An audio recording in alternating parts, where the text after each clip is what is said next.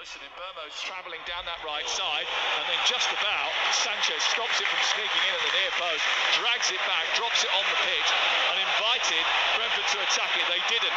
Ball forward up into Cole Palmer. Quick release by the goalkeeper, gets Chelsea on the front foot. Madueke takes over. He's on the attack down the right side. Comes in on his left foot. Hits the crossbar. Cutting in on that left foot, striking the ball towards goal at a 45-degree angle, and it rattled the top of the bar. Best chance of the game so far for Chelsea, 0-0. Absolutely. Again, it's on the counter-attack, isn't it? Fair play to Robert Sanchez, throwing the ball out quickly to Cole Palmer, who sees Madueke. And the Brentford defence were just dropping off, allowing him to come on the inside from the right-hand side and onto his left foot. So unlucky hitting the crossbar. He always does that as well, Madueke. It's been a trick of his for years. He loves to come in on that left foot and unleash a strike. He's got the ability to go on the outside as well. He was very good at PSV. He's just missed a tackle though. Wissa has skipped past him, and then he skipped past Gallagher, and he's running through the Chelsea midfield. He plays it out wide, and Jensen sends it into the centre, and then it's half cleared by Chelsea. And Vissa's gone down on the edge of the D, asking for treatment. Chelsea are continuing to play on, and Jackson's got it halfway. He's twirled away from Pinnock, and he's charging forward. He's got Palmer to his left, Sterling to his right. Sterling goes across and gets hold of it, comes back to Madueke. He turns in again on that left foot, shoots, and it ricochets off a defender, Norgard, and bounces out to the far side in the right full-back position, and Roerslev will clear. Lively start, Scott. I'll tell you what, 10 minutes in, and what a game of football we are having right now. The only thing is lacking is goals, but the atmosphere is great. Both teams going at each other. And I don't know what happened with Vissa there. He just went on the floor as if he got hit, but he looks dangerous already. He's gone past a couple of Chelsea players, laid it off, the ball came in, wasn't the best of crosses, and of course Chelsea back on the counter-attack again. So, you know, as I say, Brentford need to be careful about pushing on too much and then allowing the space in behind, but they seem to be wanting to go for it as well. Well, prior to last week, Brentford had been on a bad run. They'd gone 8 games without a win in 90 minutes. That included losing to Everton at home. So they'll want to be careful. Here is Palmer, little flick into Jackson, back to Palmer, another little flick. Oh, beautiful. He comes inside, into the number 10 position, releases Jackson into the box, right-footed, cannons off the back of Ayer, breaks to the right-hand side now. Ball picked up on this near side, and it's with Madueke into Disasi, and then back to Disasi again from Madueke. And Chelsea have possession deep inside Brentford territory, wide on the right-hand side. You're listening to TalkSport. We're live at Stamford Bridge.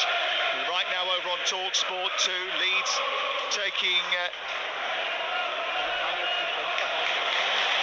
on Huddersfield over on TalkSport 2 as Gallagher comes forward. It's shoveled away by the goalkeeper, and it's then further clear by Roerslev over on the far side. Mark Wilson and Chris Wellamo bringing you commentary on TalkSport 2 of that game. As soon as there's any goals, we will update you right here on TalkSport this lunchtime. There's also another game in the Championship today, and Southampton have already taken the lead against Birmingham City. It's 1-0 down at St Mary's. Chelsea coming forward with Caicedo towards the edge of the area. Madueke taking over, left-footed deep towards the far post. Ayer with the header away.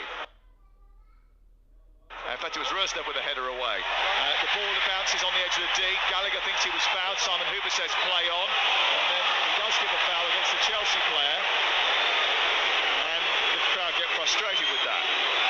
No, but I think it's what Brentford need just to try and stop this pressure coming from Chelsea, whether it be on the counter-attack or even if they are set, they're still able to get balls into the box.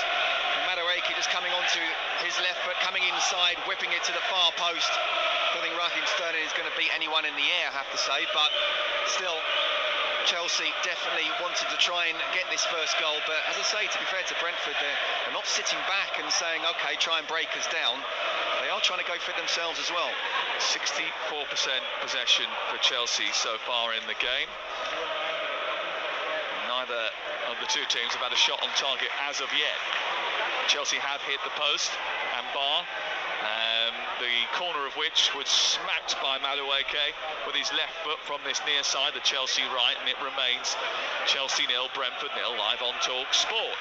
And later on, we'll take you to Bournemouth against Burnley in the big 6-pointer at the bottom of the table. Both managers, Andoni Iraola and Vincent Kompany, coming under a little bit more scrutiny this week. Well, Be interesting to see what happens in that game. Ian Dante leading the commentary team from 3 o'clock this afternoon. That's on Talk Sport 2. Ball cleared upfield by Robert Sanchez, down towards the right. Madueke might get in behind Hickey here. He moves towards the byline, gets hold of the ball, does well. Hickey shuffles it out. And it's a goal kick that is given. Looks like it might have taken a flick from Madueke on the way through. No, but that was good from Robert Sanchez there. Again, they were trying to pass it out, and you could see that every time he's got the ball, someone from Brentford is going to try and close him down. And in the end, he realised there wasn't that kind of 10-yard pass on. He played it in behind, and Madueke very nearly got in there. Flecken went to kick it short, then delayed, and then kicked it long, and that's why you heard the reaction of the crowd. They're frustrated. Earlier in the season, that probably would have been a yellow card, but they've lessened that. They've just taken their foot off the gas in terms of distributing yellow cards now. Ball chipped forward by Vitali Janov from the left side of the centre circle out to the right, taken down well by Roeslav. Then Jensen tries to push it forward but gives it away to Cucurella. It's a slip by Mbermo. Gallagher sends it square, and now Caicedo can build for Chelsea. Palmer drops deep, but Chelsea need to try and get it forward with a bit more pace than that. Brentford defending the centre circle at this moment in time. There's a bit of space in behind, and Jackson just immediately goes on the dart, then has to check because the ball from Palmer didn't quite come. And Chelsea just keep hold of it inside their own half. 0-0 the score, and you're listening to Talk Sport. It's been a lively start to the game, the first 15 minutes. It's got a great ball out to the near side. Madueke beaten to it by Hickey, and it's come off worse. Thiago Silva has mopped up after his initial mistake. It was his ball that was short, and then Robert Sanchez kicks it long. I think he was aiming for Madueke, who's on the ground. They're going to have to stop the game and get him some treatment, aren't they? Well, I don't see why they need to stop the game. It's not a head injury. And from Hickey's point of view, Madueke's already got on the ball a couple of times and looked dangerous. It was the perfect ball and perfect opportunity to win the ball and also get a bit of the player. It was a really good tackle. You can see that Noni Madueke, getting an opportunity in a Chelsea first team shirt, wants to try and impress, and he has done so far. And from a fullback's point of view, when you're up against a winger with a point to prove, he's got the ability to go one way and the other, and has already shown that he wants to have a good game. They're the perfect opportunity. So to be fair to Hickey, they're very good tackle. Chelsea didn't have a great season last season, but they are 2 points worse off than they were last campaign. Noni Madueke, who hasn't started since the end of last season in a Chelsea jersey, in the team today trying to impress. He's back on his feet again, and we're underway. Collins throws it in the left fullback position, square to Norgard. Brentford looking to build. Across comes Ayer, runs up towards halfway, keeps going because he hasn't got much pressure, plays it wide. Roeslav infield towards Norgard, just right of the centre circle, pinged out towards the left and looking for Hickey now. Hickey comes in to take on Disasi, then loses control of the ball, gives it away. Palmer's got it in a tight zone, bumps it off Collins, and it falls to Jackson. Jackson out wide to Sterling, midway inside Brentford half, on the left-hand side, tries to take on Roeslav, comes infield. He looks up, delivers a low ball into the box, which is straight at Norgard. It was a poor delivery, but he's won it back. Gallagher keeps it alive. Jackson, oh, he's played it behind Sterling. He's gone darting into the box down that left channel, but it just didn't quite come off, and that crispness, that final ball just hasn't been right for Chelsea. No, but they're on it, aren't they? Even when Brentford do have the ball, they're trying to press as quickly as they can on the attack again. It's very tight and compact, that Brentford defence, and it's difficult to try and break them down and find the gaps. Chelsea have found one so far. Gallagher edge of the area, bundling through. Palmer's got it back. He's got 4 around him. Eventually, Janov nicks it off his toes. It goes to Roeslav, and it's cleared away. But it's a purposeful start from Chelsea. And after an end-to-end first 10 minutes, all of a sudden they've started to take control. Madueke up to the edge of the box again. Palmer out wide to Disasi. In the centre, Jackson and Madueke waiting for the delivery. Cucurella's made the run, and he's been fouled by Palmer, and he can't get hold of it. It's a brilliant run from out to in from Cucurella, and a terrific spot from Cole Palmer to find him inside the box, and Cucurella will feel he should have done better. Well, I tell you what, it's really difficult, as you mentioned there, Sam, to break down this 5-3-2 when they're already in the final third. It was a wonderful run, and probably takes someone like Cucurella to come from somewhere where the Brentford defenders just don't see it coming. Perfectly timed, really good cross from Cole Palmer, and yeah, on his right foot, I think it was the right thing to take it first time. He perhaps could have taken a touch, would have needed extreme composure in those circumstances. The problem is for him, it was straight at Flecken, but really good movement from him. And as you say, from a start of where both teams are going for it, Chelsea are starting to show exactly why they're the home side. Ball sent down the right channel. Across comes Robert Sanchez and picks it up before Brentford could go on the march, and Chelsea turn it over once more, and they have possession on this near side. Disassi going forward, Palmer peeling off the attention of Janelt, goes into the centre circle, and Caicedo. Gallagher now, the captain. Infield it goes to Caicedo. Now Raheem Sterling, bit of grass to run into. Skips past Norgard, skips past another challenge, lays it off. It'll come to Madueke here, who cuts in, plays it to Palmer. He pokes it to Sterling, right side of the area, over the bar. Good chance for Chelsea, another good chance, and they're just starting to open Brentford up a little bit with some quick, inventive passing.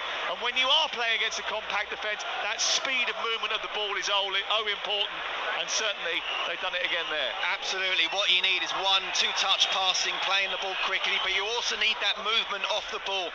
We have to mention, we've talked about Cole Palmer before the game. He is absolutely pulling the strings in here. It's not really a 4-2-3-1, it's more of a 4-3-3 where Conor Gallagher pushed up as an 8 in the way that Cole Palmer is as well, but he's also playing sometimes as a 10 just off Nicholas Jackson, and as I say, he's pulling the strings. Really good pass there to Raheem Sterling, who has to hit the target. Colwell goes out and bullies Jensen, brilliant, and then Caicedo, well, he knew that the whistle had already gone, so didn't need to win the tackle, but the free kick's been given for a foul on Colwell, who's started the game really strongly. Here is Conor Gallagher, just in front of the halfway line for Chelsea. Infield it goes to Caicedo. Brentford just got to concentrate here because they're finding themselves being prized open too often. Here is Disassi. He's got space infield for Palmer. Palmer releases Jackson, edge of the box. Little back heel, doesn't quite come off. Brentford stretch and get it away, but it's going to be Chelsea who win it back, and they keep it inside that final third, putting more pressure on the Brentford defence. It's Palmer once again. Plays it to the left. Cucurella. There's space out wide for Sterling. Sterling now approaching the box. He goes infield and then waits and then flicks it over the top. Palmer's made a good run. Couldn't quite get it under control first time. Pinnock goes over the top of him and heads the ball out to the far side, and then it's smuggled out level with the edge of the penalty area for a throw into Chelsea, but another blue wave comes. Yeah, absolutely. I just want to mention Thiago Silva as well. It's really important when you're on top that Brentford won an out ball, and the ball was played to Brian Mbeumo, but Silva made sure he got there first, and it was a first time pass back into the final third of Brentford. So Chelsea wanting to keep up this intensity. From Brentford's point of view, they've got to keep their shape. They've got to just not concede, even if they can't get the ball right now. Palmer playing the ball out to the left-hand side, gets a ripple of applause. He then switches into the middle, plays a back heel, gets onto the ball again. Oh, he's so cultured. And he's just absolutely loving it. He is thriving in the role that he has been given. He is the main man for Chelsea at this moment in time. Here is Caicedo playing the ball infield. Thiago Silva onto Disassi. Sterling, good football by Chelsea again. They're up towards the edge of the area. Down the right side is Sterling. He's crossed into the box, aimed towards the far stick. Palmer trying to keep it alive. Gallagher goes across. Norgard does his bit. Comes to Cucurella, edge of the area. Then Caicedo's encouraged to hit it. He doesn't. It goes wide, and it's just in front of Disassi, who can't reach it. And now Chelsea have to come out to the right side of Madueke. Disassi once again. Caicedo. Chelsea manipulating the ball so well and really passing it around crisply. Much better now. Gallagher into Palmer. Palmer waits, sends it into the box. A flick by Sterling. He doesn't get the right contact on it, and then Janelt helps it back to Roeslav. And there's just a momentary breather for Brentford, who haven't been able to get out yet. Palmer's still involved. Away by Colwell. It drops down, but Madueke's going to get there ahead of Janelt. He's found Jackson, despite the fact that he was pushed off the ball. The advantage is played by the referee. Down the right, Chelsea trundle now. Infield towards Caicedo. Palmer, Caicedo once again. Gallagher is on the left, but they go right to Madueke. Brentford creaking. Can they hold firm? Palmer chips it into the box. Sterling is pushed to the floor, and then the referee says no penalty. Wow, I think VAR may get involved here. Although, is it a clear and obvious error? I definitely think it's a push.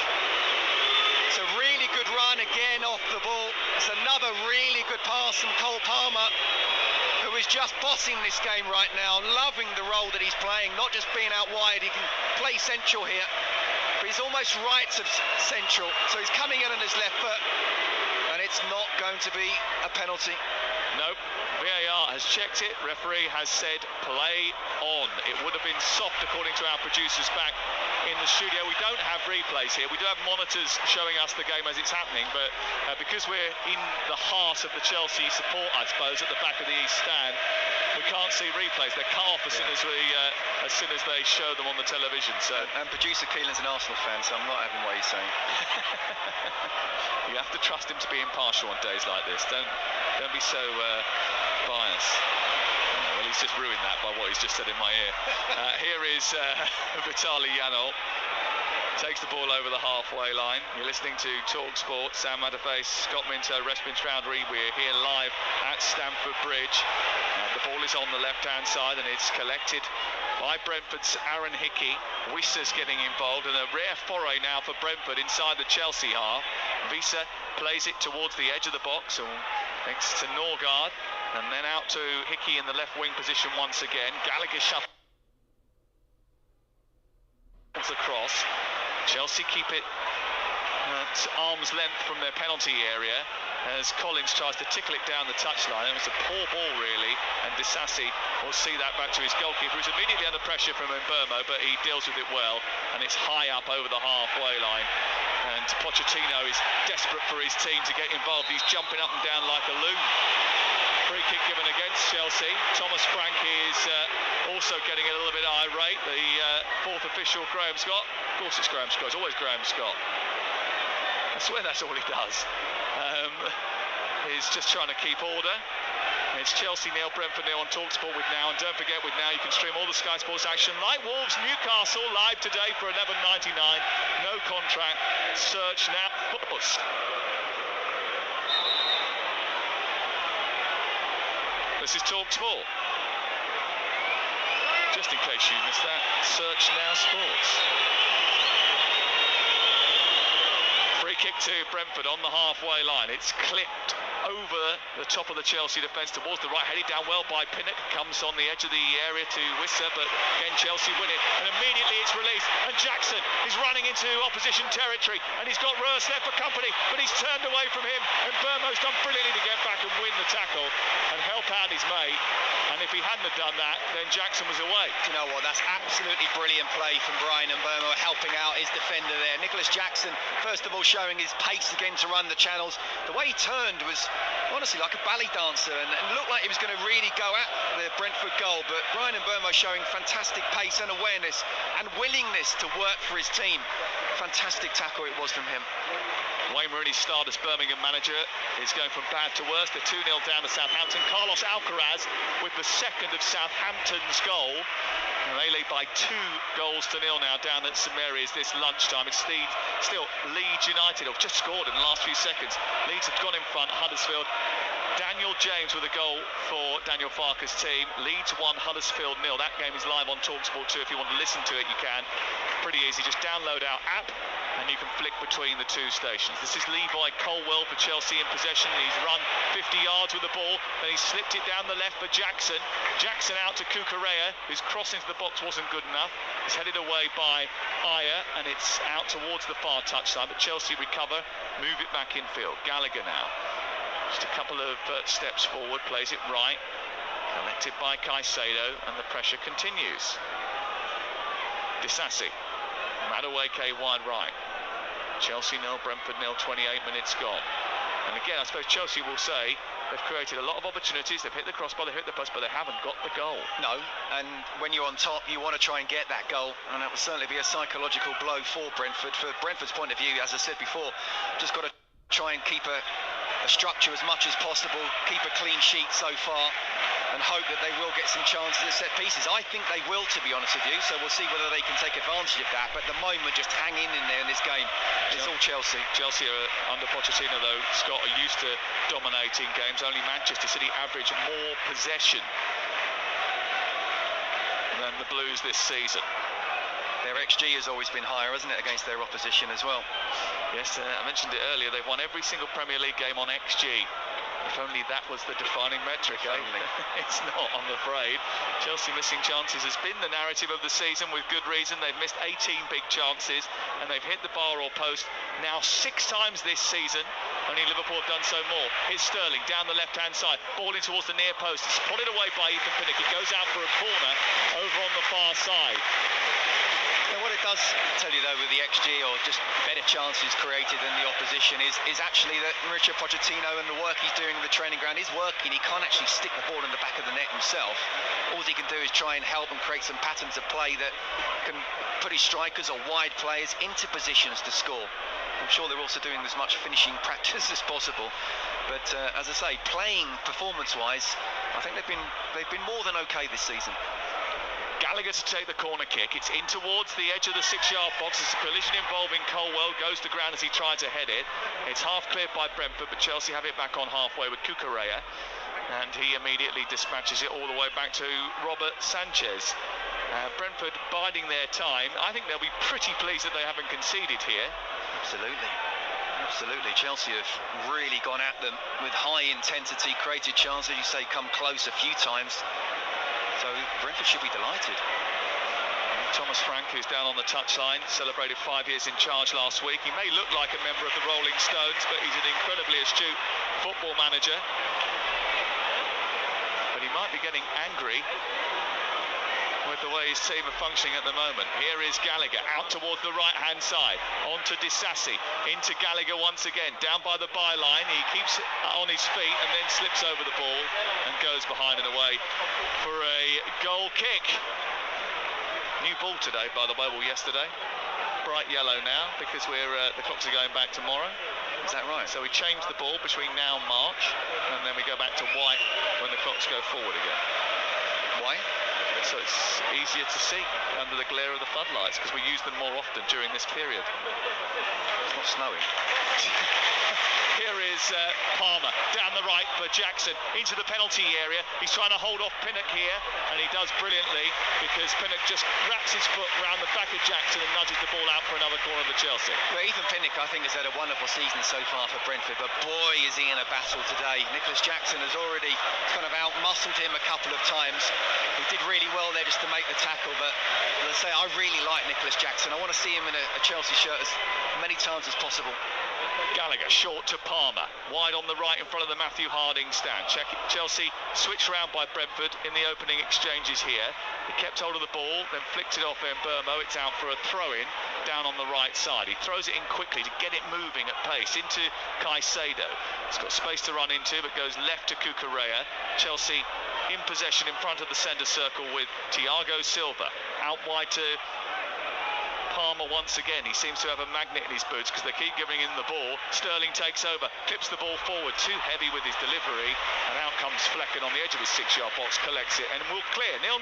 Yeah, not a great ball from Sterling. A clever play by coming in off the wing, and Cucurella can look after that left-hand side, but if he does get on the ball and he does look up, he should see there's no one at the far post there. So, try and play a better ball into the box, or just keep it going around, to be patient, because this is a very, very resilient Brentford side. Chelsea 0, Brentford 0 on TalkSport with Super 6. Predict 6 correct scores from this weekend's action, and you can win 250 grand without spending a penny.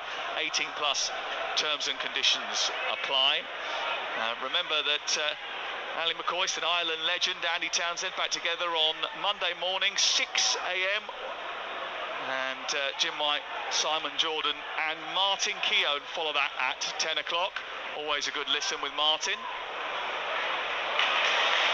Ball on the half halfway line. Sterling down the left-hand side, bounding at pace. He's got Jackson for support, but his ball wasn't great. Again, it was just not accurate enough from Sterling. He's got to hit the marks there. No, he has. I mean, look, he's running at real pace, and it's almost eye of a needle there. Nicholas Jackson trying to hold back a little bit. But again, just got to keep asking the questions. Chelsea asking a lot of questions at the moment. They just haven't managed to complete the answer. 33 minutes gone, Chelsea 0, Brentford 0. They're on top, but it's level, and while it's like this, Brentford will be satisfied. Have a good record at Stamford Bridge to Brentford. And they are a successful underdog. They don't mind being the underdog. 9th last year, a side with a playbook that helps them punch above their weight. They were expecting to come here and have to soak up a bit of pressure. Here's Disasi down the right side, beating Jackson again. It's just a little bit too heavy, but the idea was right, and at some stage, Scott, one of those balls is going to come off. Well, absolutely. If Chelsea can keep up this intensity for the full 90 minutes, Brentford would not be able to hang on for the full 90 minutes. The question is, can Chelsea do that? Disasi is not, obviously he's a centre-back, not really a right-back, but it was almost an inch perfect ball. Again, would have had to been just complete weight of pass. Nicholas Jackson just running in behind. He's asking the questions of the Brentford defence so much. Really playing well. Kukurea and Mbeumo have a coming together, no more than that, despite the fact that the Brentford fans wanted a free kick. Referee says play on. Caicedo's found Palmer. Palmer's got a whack from Collins as he tried to turn it round into the path of Jackson inside the centre circle, and Brentford have it back again on the edge of their own penalty area with Mark Flekken, the Netherlands goalkeeper, who missed the Manchester United game with illness. He signed from Freiburg for the cost of £11 million. Spent most of his career actually in the lower leagues in Germany. It's only recently that he'd come up to the Bundesliga with Freiburg. And Mbeumo's got the ball halfway and given it straight back to Chelsea by putting it out of play. It wasn't a very good pass from Mbeumo. He's had a very good season up until this point. He's been involved in 11 goals in his last 12 Premier League appearances. And he's probably had Brentford's best chance of this game. Yes, he has, with that long throw and knockdown. I think it's a symptom of what's happened. He's hardly touched the ball, and Chelsea have been so good without the ball as well as with the ball that once he does get a touch, you know, it's almost like his first touch of the game. Chelsea have had nearly 70% possession now in this match. They've had 7 shots, 2 on target. Brentford have had 1 on target and 2 shots in total in the game. Caicedo challenged by Wissa, and the free kick given to Chelsea. Gets back to his feet, springs back to his feet and puts Chelsea on the front foot once again. Pushes the ball out towards the right. Noni Madueke tries to take on 2 players, scoots the ball through towards Jackson. Managed to fashion a sort of half-hearted cross really when it didn't look like it was on because he was being closed out by 2 red and white jerseys. But Jackson couldn't reach it anyway, and it was cleared by Brentford. Chelsea have got it again, far side with Sterling, then Gallagher looking for Sterling again to run down that left. He gets towards the touchline over on the far side and then miscontrols it, and it goes out of play, and it's away for a throw in the right full-back position. Leeds 2-0, then 3-0 up in 3 minutes. They scored their second goal through Crescencio Somerville after 31 minutes to lead Huddersfield by 2 goals to 0. Then Daniel James added a second of the game for him and the third for Leeds. They lead 3-0 over on TalkSport 2 at this moment in time. Southampton still 2-0 up against Birmingham. Both those games in the Championship today. And we've got live commentary of that Leeds game over on TalkSport 2. And later on tonight, we don't have commentary of the fight between Ngannou and Fury, but there's a watch-along with Adam Castle and the boys. Kukurea into the penalty area, looking to try and find Madueke, who hits it against the defender, and it goes behind and away for a corner kick. Madueke turns and says it hit the hand of Norgard as it went behind, but it was only about a yard away from him. It would have been very harsh to give a penalty for that, even if it did hit his hand. No, not a penalty, far too close. All I would say is Kukurea is really pushing on down that left-hand side. Sterling's coming inside, and at one point when Chelsea played that quick free kick, almost playing with 5 men up front. Well, they're flooding the box here, Chelsea. The corner comes in from Palmer. Not the best of deliveries. Easily headed away by Norgard and out to the near touchline. And Pochettino comes stalking down the touchline to have a quick word with Raheem Sterling, who's just had a couple of touches which haven't quite come off in the last 5 or 10 minutes. And you don't want him to get frustrated. He's got the ability to cause chaos in the opposition box. He's very good at carrying the ball. Yeah, he's experienced enough to deal with that, and I think he's been one of Chelsea's best players this season. He was unplayable up at Burnley, and I think at times in different games he has been unplayable. It's just about getting that consistency. I want to see him back in the England, team, not just squad. And I think if he carries on with the performances that he has shown so far this season, I think this is someone that Gareth Southgate can rely on in the Euros. It's someone who we know he wants to rely on players, and he's playing first team football, and he's playing well in the first team. We got a free kick for Brentford just short of the halfway line. Flecken has come right out to take it. So there's quite a few red and white striped jerseys pushed up to try and attack it. It's a Chelsea line is about 10 yards outside the box. Sanchez has come a long way and does grab it and manages to clear. The goalkeeper's well out of his goal, and he's not having a drink this time. But Sanchez doesn't elect to try and find a blue jersey. Instead, he holds on to it before bowling it out to Disasi. Tomorrow is a busy day on TalkSport. There's 5 Premier League games. We'll keep you updated on the Sunday session from 1 o'clock. Madueke into the penalty area. Cucurella is arriving, but again, he can't get a clean shot. It's good defending from Brentford because they get so many people behind the ball. No, absolutely. What they want is they want Chelsea to go wide and then crosses to come in. Height-wise, they should be okay, although Nicholas Jackson obviously can be very strong in the air. But even if it comes along the ground like it did there, they've got those numbers in there so they can read the situations. Again, it shows that Cucurella is the one getting close to it. He's the left back. How much Chelsea want to try and push on, and are very much on the front foot here.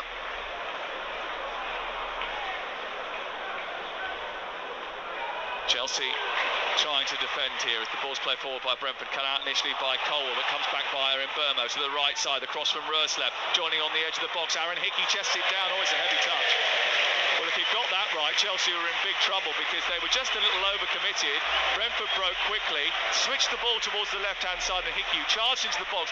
But as he chested it down, he got too much on it and pushed it too far in front of him, and it went out of play for a goal kick. Because he was sprinting to get there in the first place, he wasn't able to slow himself down, and therefore the ball came off his chest far too much. But that's a little wake-up call for Noni Madueke. He's got to track back. He's been very much going forward, throughout the whole of this first half. But at times, if he does have to track back, he should do. He was half a yard off him there. Yeah, well, Brentford have weathered a bit of a storm from Chelsea, and they've come through it unscathed. 0-0 the score, 41 on the clock. TalkSport tomorrow. Sheffield Wednesday, Rotherham is not on UK TV. It is on TalkSport 2. You might want to tune into that. Here come Brentford down the right-hand side, and Mbermo bursting into a right-wing position. A cross which is deflected behind by Levi Colwill, and it's going to be a corner kick over on the far side to Brentford. These are the opportunities if Brentford are to score and get something out of this game. If not a draw, then maybe even a win. We know that set pieces, how dangerous they can be. Take the time. The ball coming in needs to be right, and then if they don't get it first time, win those knockdowns. Chelsea have got to be careful. Brentford so effective from set pieces. Ayer and Collins at the back post, wearing those Brentford shirts, being marshalled by Cucurella and Madueke and Colwell. It's short to Janelt, who tees it up to the edge of the box, and Roerslev goes all the way back to his goalkeeper. And the Brentford fans are like, hey, what are you doing? You've taken a corner and passed it back to the goalie. I think, to be fair to them, it was a worked training ground corner kick where when the ball was laid back, it was meant to go into, I think it might have been Janelt, and it didn't. It was played to the side, so it ended up going even further back. And once you're a defender and you're already worried about the transition that Chelsea can do, just keep it safe. They want to get to half-time 0-0. As much as they're now starting to come a little bit more back into the game in terms of possession, they'll be absolutely delighted for it to be 0-0 come half-time. Yeah, those Brentford fans weren't giving them much credit, were they? They weren't seeing the positive in that scenario. No, look, I could see what they were trying to do and lay the ball to Janelt, but it was a yard. The layoff wasn't good enough, so therefore you've got to make sure you're the last man. Don't mess around with it there, and that's what they did. Chelsea have it in the right full-back position as we approach half-time. 2.5 minutes minutes to go before that juncture, and it's poor by Caicedo giving the ball away. Gallagher wins it back and tidies up for his teammate, and then drags the ball up the field. Good run by him. He's got Cucurella to his left-hand side, joining the attack now, and he does so at pace. Sterling and Jackson in the centre. The cross comes in, it's headed away by Roeslav, and then Caicedo wins it back again. He was dragged to the floor there. Free kick to Chelsea. 6-yard flag from the edge of the D. Well, again, another good counter-attack. Cucurella bombing on down that left-hand side. He had opportunity to look up, and again, the crosses come in. It's what Brentford want. You have to beat the first man, or at least cut the ball back. He didn't do that, but still Chelsea very much again on the front foot, getting the foul. What are we, 30 yards out? A little bit right to centre. Cole Palmer. Not be as big as that. It's about, yeah, I'm going to go 27. Okay. Can we say 28 and a half? But it is right of centre, perfect for the left footer, and immediately Cole Palmer says, I'm having this. He walks straight up to it. Disassi is just close to him as well. And Gallagher is there too, but it's Palmer who shoots towards the near corner, and it hits the stanchion in the back of the goal. I think it's going to be it's going to take some strike to beat Flecken from there. But again, I like the responsibility. We talked about him, didn't we, pre-match, about how he wrestled the ball off Raheem Sterling last week to take the penalty. He wants to be Chelsea's main man, and I love that. Well, they've had a lot of chances in this first half, Chelsea, and they've hit the junction of crossbar and post thanks to Noni Madueke.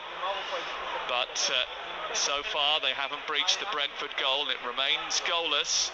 Brentford have had one or two forays at the other end, but after a bright start, it's been all Chelsea, really. Disassi on halfway.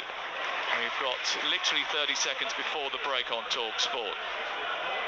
Caicedo, just short of the centre circle, plays it forward to Palmer. Palmer with his back to goal is being tracked by Nathan Collins, who's following him everywhere. He's got to go all the way back to the goalkeeper here now, Cole Palmer, because Collins has been following him from the halfway line. Collins is now miles out of position. Chelsea might be able to take advantage of that. Gallagher, he's got Thiago Silva to his left. Chelsea deep inside their own territory right side. Gallagher again picks it up, looks up, plays it wide. Disassi, Palmer. Graham Scott about to put on 2 minutes at the end of the first half. Chelsea have given the ball away on halfway, and Burmo trying to run through Levi Colwill, does brilliant, just comes across, stands his ground, wins the ball back. Good defending. Played well, Levi Colwill. Problem for Matthias Jensen, who's gone down on the halfway line, and the referee stopped the game 20 seconds into stoppage time. And Jensen looking as if he's in a spot of bother, needs maybe a little bit of treatment, and that is the cue to quite a lot of Chelsea supporters to leave their seats and go down and get their half-time pie. Absolutely. I think it's only a minute and a half before the referee will blow for time, and look, I think it's been a very good first half performance from Chelsea. As we've said quite a few times this season, they've been the better side, but I think fair play to Brentford for holding on in there. Not in any way suggesting that Jensen's gone down to try and run down the clock, because I'm sure the referee will add to it, but these kind of stoppages will definitely help the away side more so than the home side.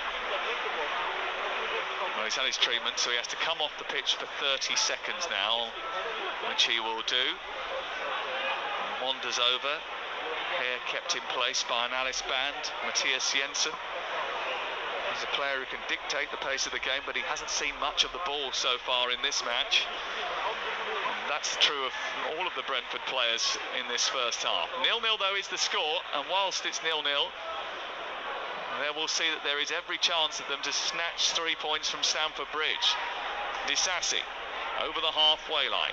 He's got Caicedo to his left, centre circle, looks up, chest puffed out, runs towards the far touchline, exchanges passes with Colwill, gets it back again, plays it forward to Sterling. Sterling gets there despite the intervention of Mbeumo, then Gallagher takes over, and then his ball down the left is too heavy for Sterling, and he looks to the heavens, claps his hands together and thinks, I should have executed that better. It goes behind and away for a goal kick, which Mark Flecken will take. We've played our 2 minutes at the end of the first half, and Mark Flecken will take his time over this goal kick. He's taken his time over a few goal kicks, actually, if truth be told. still waiting for him to take it, and he shoots it upfield, out towards the right, looking for Aya, who springs but goes straight out of play, and it's away for a throw into Chelsea inside a half-empty West Stand now, because it's half-time cup of coffee, maybe one or two libations, you never know. They still have Bovril. I think they do here. Yeah, I think they do here. They do at most grounds. Winter ball. Yes, yeah, winter ball and Bovril. Oh, that's what it's all about. Sanchez coming out to the edge of his penalty area to get involved in something he had no need to get involved in. So Thiago Silva just took charge and said, get back in there. Chelsea have won just 4 of their last 20 Premier League home games, so frustration is a constant emotion at Stamford Bridge. They'll be pleased they aren't behind, but they should be in front. They've had a number of chances. They've hit the post through Noni Madueke, and they've had a number of opportunities for both Sterling and for Cole Palmer in that first 45 minutes that they haven't managed to convert. It might be the same old story. Pochettino will hope not. At the break, it's Chelsea 0, Brentford 0. Sam Matface, thank you very much. Yes, everyone's off for their half-time bottle. The players are heading down the tunnel, which is sort of directly below us, but a few stands down, I should say. A few rows, possibly. I've got Scott Minto alongside me. Yeah, I guess as Sam said, it's a frustrating sort of first half for Chelsea, but is it more in keeping with the way that they've been playing recently, sort of building, it's coming?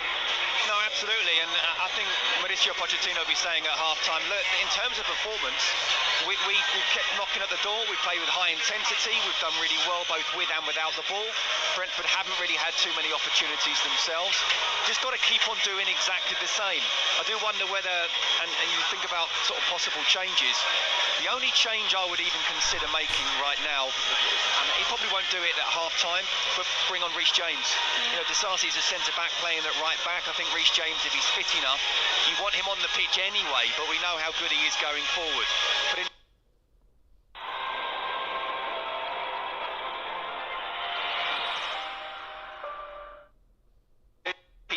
sheet so far, but Chelsea have been the better side. Just got to keep on doing what they're doing and hope that Brentford tire in the second half. Yeah, because they have grown into it in the first half, and that, you know, the longer it goes on, this whole, you know, the opportunities but not actually putting the chances away, surely Brentford will grow in confidence with that. Well, they will. I still think right now Thomas Frank will take a 0-0 come the end of the game. But if it stays 0-0 with, say, 20 minutes to go and there's some misplaced passes from Chelsea and the crowd start to get a little bit nervous, then maybe Brentford can gain more confidence and say we can go and get 3 points like we have the last couple of times at Stamford Bridge. But I do think this is a different Chelsea now, and I think they're playing very well. Cole Palmer was pulling the strings for the first half an hour. He was superb. Raheem Sterling's getting more and more into the game. He's coming inside. Kukureya is bombing on down the left. Very good in transition, aren't they? Absolutely. Incredible in transition. Absolutely, and that's probably their best way of scoring, where Brentford have the attack and then suddenly Nicholas Jackson can get involved with Cole Palmer and Kukureya, and that's where perhaps feel that a Reece James on the other side can bomb on as well and be even more dangerous. But, you know, in terms of the attacking players, I certainly wouldn't change any of them right now. Yeah. Okay, well, half-time at Stamford Bridge, then it's Chelsea 0, Brentford 0, and the second half is coming up after this. Game day exclusive on TalkSport with Now. Stream all the Sky Sports action like Wolves versus Newcastle live today for $11.99, no contract. Search Now Sports, 18+, stream via internet, terms apply. Y'all ready for something new? Oh, you thought it was just burgers and fries. They got more flavors than you tasted or you heard in your life. Yummy. And it ain't only restaurants anymore. We can go bananas at the grocery store. I'm a bad girl, but my takeout better. What you need, dude? I could cop a taco platter. And my sushi train is on, dude. When you're this slick, what you gon' do? Did somebody say just eat? Running low on rule plugs? Going through cutting discs on the double? With Screwfix Trade Bulk Save, you can get up to 10% off the stuff you use the most. Buy more and save more on thousands of products. From everyday essentials like sealants to switches and sockets. And with Click and Collect, you can get what you need in as little as 1 minute. Shop now on the app at screwfix.com or in store. Screwfix, the choice of champions. T's and C's apply. Visit screwfix.com for full details. Reckon the £100 million wonder kid will pay off? Heard that rumour about their striker. Can't wait to see what the pundits make of that booking. forward to the match report on this one. When it comes to football, never miss a story. From news and opinion to interviews and gossip. Get the best coverage at thesun.co.uk. We all fantasize about our perfect home. Sipping a morning coffee out on the terrace. Good morning, Mr. Squirrel. Morning. The kids building a treehouse in the garden. I'm living my perfect childhood. But come on, this isn't real. Listen, if you're serious about making your fantasy a reality, find out what your home is worth instantly with a free online valuation estimate. Get real about moving. Get on the market. Most common time to obtain an online quote between 1st of June 2022 and 30th of September 2022 is under 3 minutes. Excludes Northern Ireland. You'll only remember that sound if you're from the 90s, a time when the World Wide Web was still taking off. Dial-up was the thing, and McDonald's started cracking only free-range eggs, fresh every day, to use in all our McMuffins. It's just one of the little changes McDonald's have been constantly making to the way we source our food over the years. McDonald's. Change a little, change a lot.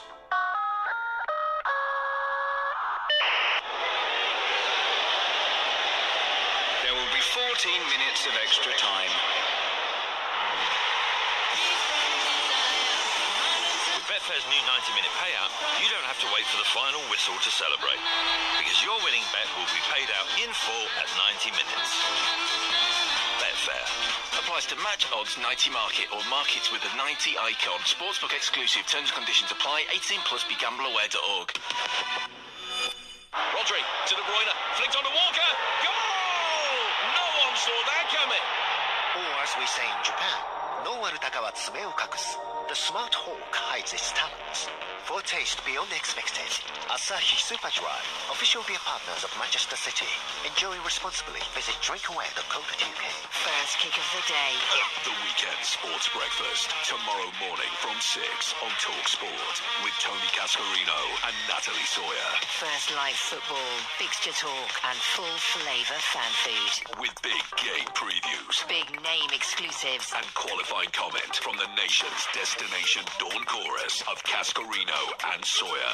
Unequivocal, qualified comment and concentrated club talk. On the Weekend Sports Breakfast. Pitch perfect and ready to play. Tomorrow morning from 6 on Talk Sport.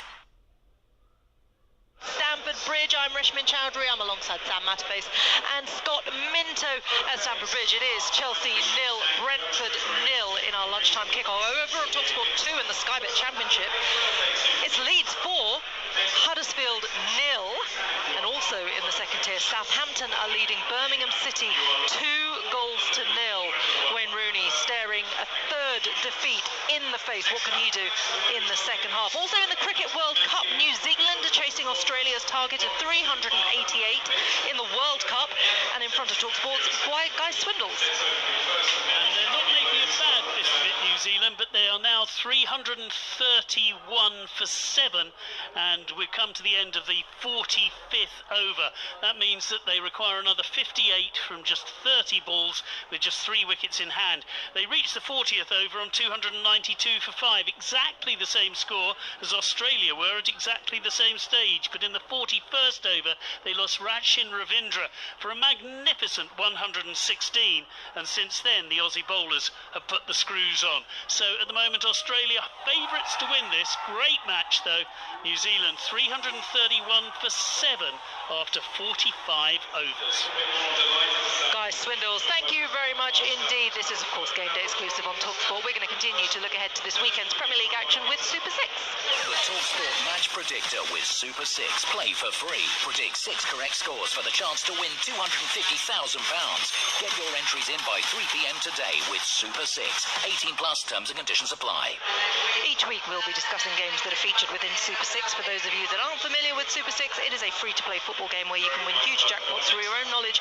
Simply predict 6 correct scores to win the jackpot. This week it is £250,000, and even if you don't manage to get 6 correct scores, there are are more ways to win with a guaranteed 5k up for grabs every single round if you get the most points and plenty more. Scott, we're going to run through the final 3 games on the list. We're going to start with our exclusive TalkSport 2 commentary match for today, which is Bournemouth against Burnley. Well, I'll tell you what, this is a really tough one to call because both these sides have been pretty poor, and to carry on playing like this will be in the relegation or around the relegation zone come the end of the season. So I honestly, this is the one where I wasn't sure what to pick. I just feel that Burnley have been really poor. They were really poor last week against Brentford. They're still adjusting to life in the Premier League in terms of the style of play that Vincent Kompany wants. With Bournemouth, look, we know that Andoni Iraola is very much under pressure, but I think this could be their first win of the season. Had a really difficult start. The last 2 games have not been good enough. I think they'll step up at home. 1 goal will win this. I'm going for a Bournemouth 1-0 win. Bournemouth 1-0. Well, both of these sides really could do with a win, couldn't they? Over 400,000 are also siding with you, Scott, and your prediction for Bournemouth to pick up their first win of the season. Meanwhile, Arsenal are up against Sheffield United. What is your Super 6 prediction for that one, Scott? The scoreline I'm going for is pretty conservative because you would think it would be a comfortable Arsenal win, but I do think the Sevilla game, as well as they did coming away with all 3 points in the Champions League, would have taken a little bit out of them. Yes, it was on Tuesday, but I still feel that Arsenal at home against the Sheffield United side that, I mean, they're obviously struggling. There's another manager who's under pressure, which I think would be really harsh if he was to lose his job. But they've been in the game most of the matches so far this season, and I think they'll give it a real good go. I think they'll be difficult to break down. I think Arsenal won't quite be in top gear, but they'll still be more than good enough to win. I'm going for an Arsenal 2-0 victory. An Arsenal 2-0. Okay, over 1 million Super 6 players think Arsenal will maintain that unbeaten run with a win over Sheffield United. Less than 1% of players think Paul Heckingbotham's men will return to Yorkshire with all 3 points. And finally, 5:30, Wolves against Newcastle. What are you going for that one? Yeah, we touched on this earlier, didn't we, about how the combination of Newcastle, as well as they did last season, getting into the Champions League, dealing with the Premier League and the Champions League on a regular basis, and this type of game against a Gary O'Neill's Wolves side, who obviously went to Bournemouth last week, got 3 points. Don't care what he says, he would have loved that one for sure. But they're playing really well and doing really well so far. So I think this is a tough game for Newcastle, both physically recovering from midweek, but also mentally as well. Another game straight after, a big game where Wolves will be at it. I'm going for a 1-1 draw. A 1-1 draw. Okay, well, over 150,000 entrants are expecting a draw in this one as well. Thanks, Scott, and thanks to Super 6. Don't forget, on Super 6, they've set up their very own TalkSport League. You can sign up on the Super 6 website or app using the code TALKS6. That is TALKS6, TALKS6, where you can also win £100 for topping the league every single round. And remember, get those predictions in by 3 p.m. today. 18 plus. Terms and conditions apply. Okay, following up. Sport Match Predictor with Super 6. Play for free. Predict 6 correct scores for the chance to win £250,000. Get your entries in by 3 p.m. today with Super 6. 18 plus. Terms and conditions apply. Following us, it's Adrian Durham taking you around the grounds in the Premier League and EFL and beyond. He is at the Emirates today for Arsenal against Sheffield United. Adrian, how are you doing?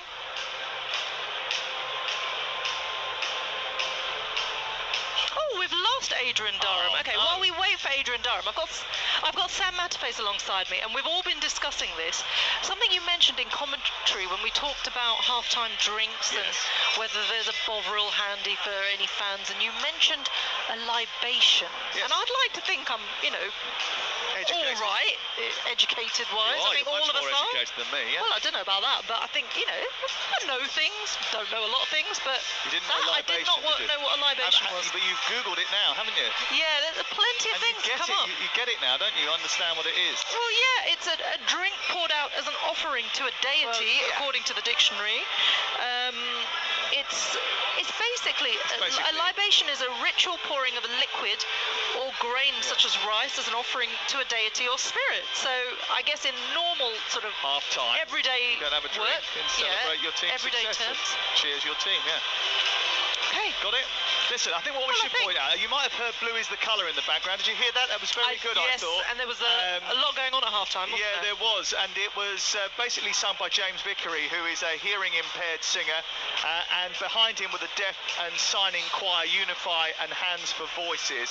They were making history this lunchtime in a heartwarming British Sign Language performance of Chelsea's famous club anthem. So well done to them. There's a big campaign about that today, supported by Cadbury Fingers. Well done to Chelsea Football Club for that as well. There were some Cadbury Fingers when we were coming in, weren't there? On the main desk as we were coming in with the guys. Yeah, I saw Cadbury's Fingers. Oh no, I didn't see those. I didn't eat one, they were just there. Right, but too busy worrying about the libations. Yeah. God, I feel like I was today years old when I found out what a libation was. Right. What about Adrian Durham? I believe you are at the Emirates for us now for Arsenal against Sheffield United. Did you know what a libation was? No, still don't. Yeah. It's Sam. Don't be so miserable. Do you know what? You've had too much of Sam, haven't you? After last night as well. Scott and Minto and I were saying that we think Sam just picks out a random word from the dictionary every week to bring it into commentary. No, that does happen, of course it happens. Yeah, doesn't Everybody it? knows this, yeah. It's Sam's thing. It's Sam's thing. Right, the players are heading out, Adrian. Very quickly. Yeah, exactly. This is the part where the producer says, "Okay, bye to Adrian." Very quickly. I'm miserable because I'm reflecting the mood of the Gooners, who are looking up at Spurs, 5 points clear at the top of the table. It must be so difficult. And Richmond, you're going to love this. Go on, tell me. Spurs at this stage, after 10 games, have a better record than the Arsenal Invincibles had after 10 games. So there you go. Ooh, that is juicy, isn't it?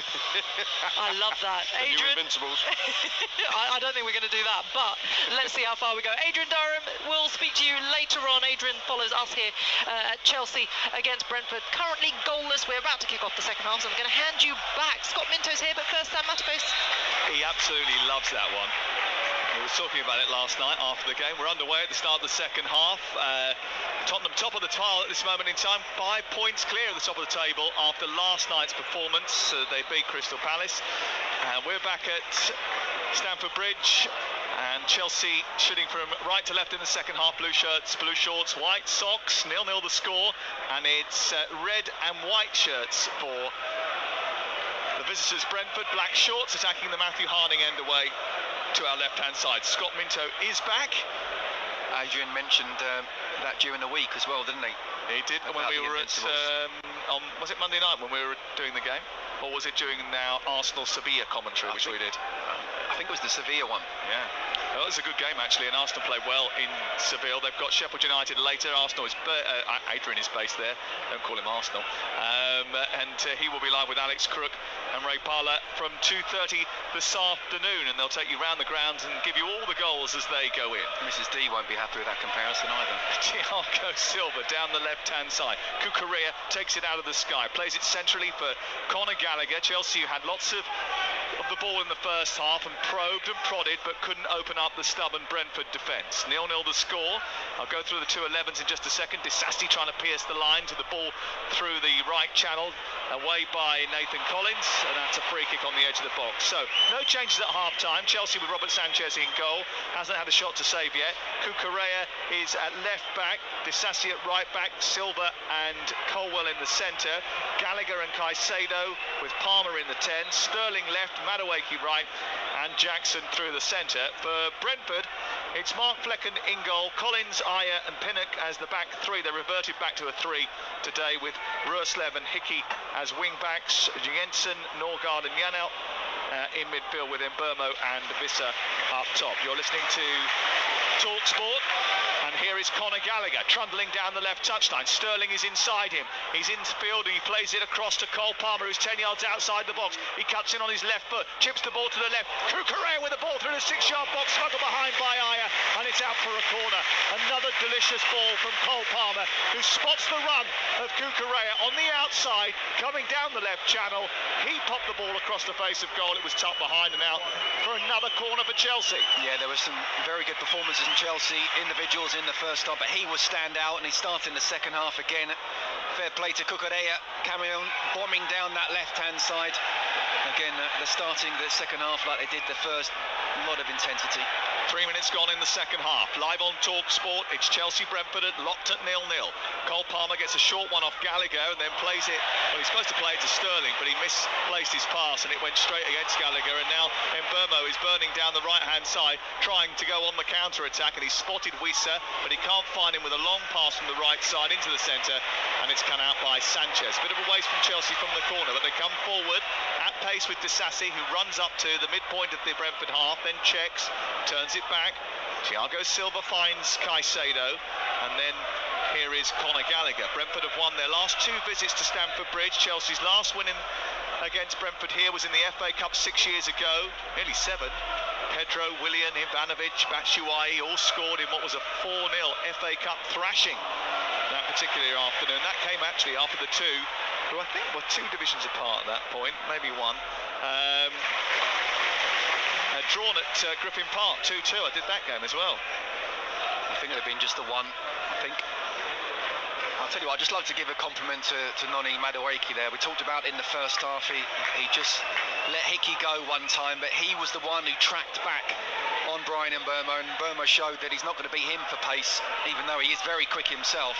Came inside and then tried a Hollywood ball crossfield that wasn't going to happen anything because of that, but well done Madueke. Flecken under pressure from Palmer and Jackson. The ball goes wide towards the left-hand side. Collins manages to find Wissa, and then Hickey comes in from the left side, brings the ball into Jensen. Jensen turns it round the corner. This is Christopher Ayer for Brentford, moving up over halfway. Bit of space here for Mads Roeslab. Jensen now joining, Chelsea backpedaling, and there's a bit of room for Brentford to play. Norgard back to Jensen once again. He's about 20 yards from the edge of the penalty area. Goes down the side of the box to Roeslab. Roeslab faced up by Cucurella. Ayer centres the ball. It comes towards Llano, and it's a good save by Robert Sanchez. It was straight at him in the end. The best move of the match from Brentford, and it should have generated a goal. The effort from Llano straight at Robert Sanchez, and the Spanish goalkeeper and Pochettino and his team were grateful for it. Well, that's the best chance of the game for Brentford, and you have to say it's the one time that they've got to the byline, cut the ball back. It was a really good shot. It was a little bit too close to Robert Sanchez, but you have to give him credit for the save that he's made, and it's just going to give Chelsea a little bit of kick up the backside to make them realise that this is the Brentford side that if they do fall asleep, they will concede. Jackson winning the ball back over on the far side. In fact, it was Caicedo was it who went in for the challenge. He's hurt himself in doing so, and the referee is being asked to stop the game by Vitaly Llano, and he's played on. Caicedo trying to get back to his feet, and Wissa's still got it over on the left-hand side. He runs down the touchline, and then Caicedo gets up, nobbles in, puts the ball out of play. It's out for a throw. It's a very good tackle by Caicedo, despite the fact that he just took a whack to the back of the head. I'll tell you what that chance has done, is just lifted the whole crowd, which will then lift the players themselves. Whether it's a positive or negative feeling was what happened, still the atmosphere is just lifted now, and it will make sure that the Chelsea players keep up this intensity that they had in the first half, for the majority of it. They need to keep having it in the second half. I think you've got to give credit to Brentford, because they weathered a storm from Chelsea, defended well, shut down the passing lanes when they needed to right on the edge of the box. They defended deep and compact in that first half, restricted the number of clear-cut chances for Chelsea, despite the fact that they had all of the ball and were very close to getting in here and there. And then they've come up with a really well-worked chance which could have put them in front. They've got to be on their mettle now, because Gallagher has fed the ball down the right-hand side. Madueke can't keep it in, but it took a deflection on the way through, and it goes out for a corner over on the far side. 7 minutes gone, second half, live on Talk Sport, it's 0-0. Well, I'll tell you what, if Brentford were to come away with all 3 points, that would be a much better win than they did last season, because Chelsea were in disarray then. This is a Chelsea side that's very much on the front foot, that seems to be knowing exactly what Mauricio Pochettino wants, that is creating chances. So if they can keep a clean sheet, I think Thomas Frank will be absolutely delighted with that, whether they get a goal themselves or not. Corner kick routine coming in from the right side. Gallagher has sent the signal and delivered the ball towards the far post. Thiago Silva tries to head it down, because couldn't connect with it. He couldn't believe that he didn't get good connection on that, because he'd made a beautiful leap at the far post to head the ball down. Chelsea get it back to their goalkeeper after a threat of a counter-attack is snuffed out very quickly. Caicedo pushes it forward to Thiago Silva. Meetings between these two, usually tense, usually tight. 4 of the last last 5 have featured fewer than 3 goals. This one hasn't had one yet. It's still 0-0. Here is Matthias Jensen, over halfway, being tracked by Cucurella, who's done well to hold him up, and then won the ball back. And then Pochettino saying, come on, get on with it, move the ball quicker, move the ball sharper. Palmer's got it right to the centre circle. Gallagher, Palmer, Sterling in a pocket of space. He's got Jackson in front of him, pokes it to him, looks for the return, edge of the area, strikes the ball, hits Pinnock, goes into the air. Sterling trying to keep it alive.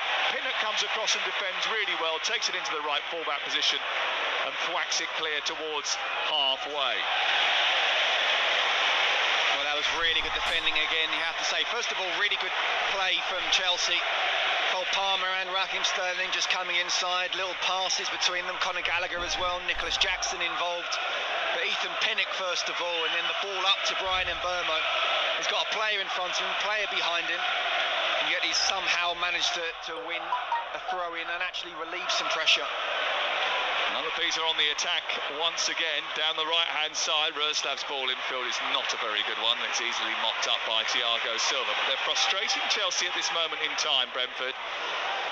And the longer it goes on, the more difficult it's going to be for Chelsea, because Brentford will get confidence from the fact that they've repelled them for so long.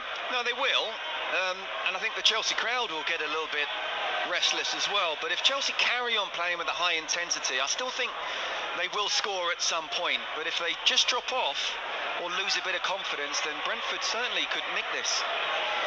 Neil Maupay is warming up down in front of us. Chelsea, who don't have a great deal of attacking talent on their bench. Warming up Reece James down in front of us as Sterling goes beyond Rosslav, produces a cross, it hits the arm of Ayer. Referee says play on. Sterling's won it back again. Great feet by him in towards Cole Palmer, cleared away by Norgard. Good defending, had to be. And then Cucurella is bundled to the floor by Mbeumo. He'll flick on the ankles. That's going to be a free kick in a wide left position. As Sterling there with a wonderful little bit of twinkle toes inside the box to open up the Brentford back line. More of that, I think, will be the instruction from Maurizio Pochettino. Yeah, absolutely. Great play from Sterling. We talked about Cole Palmer a lot in the first half and the start of the second, but Sterling, I think, could be a very dangerous person for Chelsea in this second half as well. Brian Mbeumo, he didn't need to kick at Cucurella. I didn't like the way that Cucurella went down and was rolling around. Oh dear. Yellow card for Neil Maupay, who's not even on the field of play yet, because he's just run through the line of Cole Palmer as he was trying to take the free kick and nudge the ball away. That's absolutely ridiculous. So unnecessary. He's warming up alongside down the touchline. The ball's obviously, it's only half a yard just inside, but why are you putting your foot out there and getting booked before you even come on the pitch? Well, maybe that'll change Thomas Frank's mind about bringing him on. Left-footed delivery by Palmer is a good one towards the penalty spot. It's headed away well by Nathan Collins. Picked up by Cucurella, out to the far side. Gallagher, then further wide. Caicedo, infield to Disasi, back to Caicedo again. He holds on, then moves the ball laterally.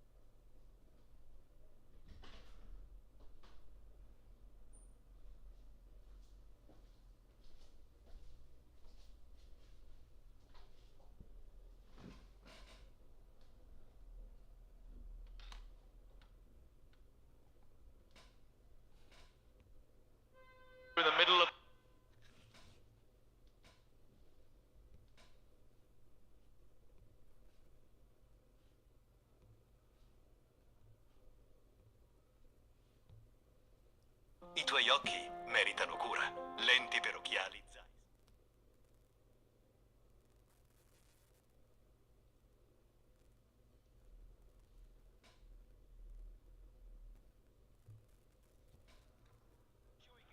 Connection inside the 6-yard box. He does, giving Sanchez no chance whatsoever. Wonderful ball from Mbomo.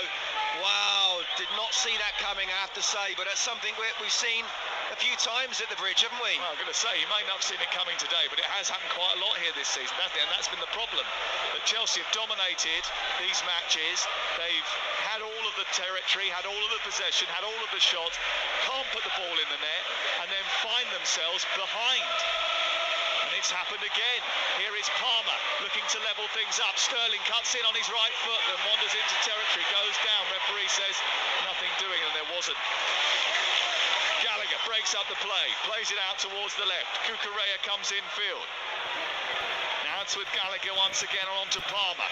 Palmer teasing the ball into the path of Cucurella. It's crossed to the 6-yard box, tipped away by Ethan Pinnock and out towards this near side. Well, they had the lead against Manchester United away from home and then didn't win that game. Can Brentford hold on this time? Palmer, edge of the box. Brentford leading by a goal to nil as we hit the hour on TalkSport. Colwell. And the Brentford fans are, with glee, singing Chelsea get battered everywhere they go. Here is Madueke, trying to stop that from happening. Into Disasi. Now infield to Thiago Silva. And with the fixtures that are upcoming, there is a chance that pressure is going to start to intensify on Chelsea if they don't start putting results together. They have got tough fixtures to come. Tottenham, Man City and Newcastle are their next league fixtures. Brighton and Man year after that. Yeah. Madueke into the centre, half cleared. Caicedo keeps it alive. Chelsea again inside Brentford territory. Back out wide to Cucurella once more. On to Sterling. Sterling coming towards the left and then looking to try and dart in between two defenders. They've got to try and make something happen here, Chelsea. Otherwise they're going to lose again. They may even if they get a goal, they need two really to stop themselves from dropping points. Here's Madueke, back to Disasi, and then into Gallagher. And it's all very intricate on the edge of the box, but Brentford holding their line. Palmer trying to find a way through. Out wide he goes to Cucurella. All happening on the edge of the box. It's almost semicircular football, going one side, then the other, and then trying to find the gap that doesn't seem to be appearing. It's attack v defence at the moment, isn't it? Brentford again being very solid, very organised, staying in between the lines of the 18-yard box unless they really have to come out wide. Chelsea just trying to pass the ball. Reece James is about to come on. Frank Onyeka coming on for Brentford in the next few minutes here on TalkSport. 1-0 to Brentford.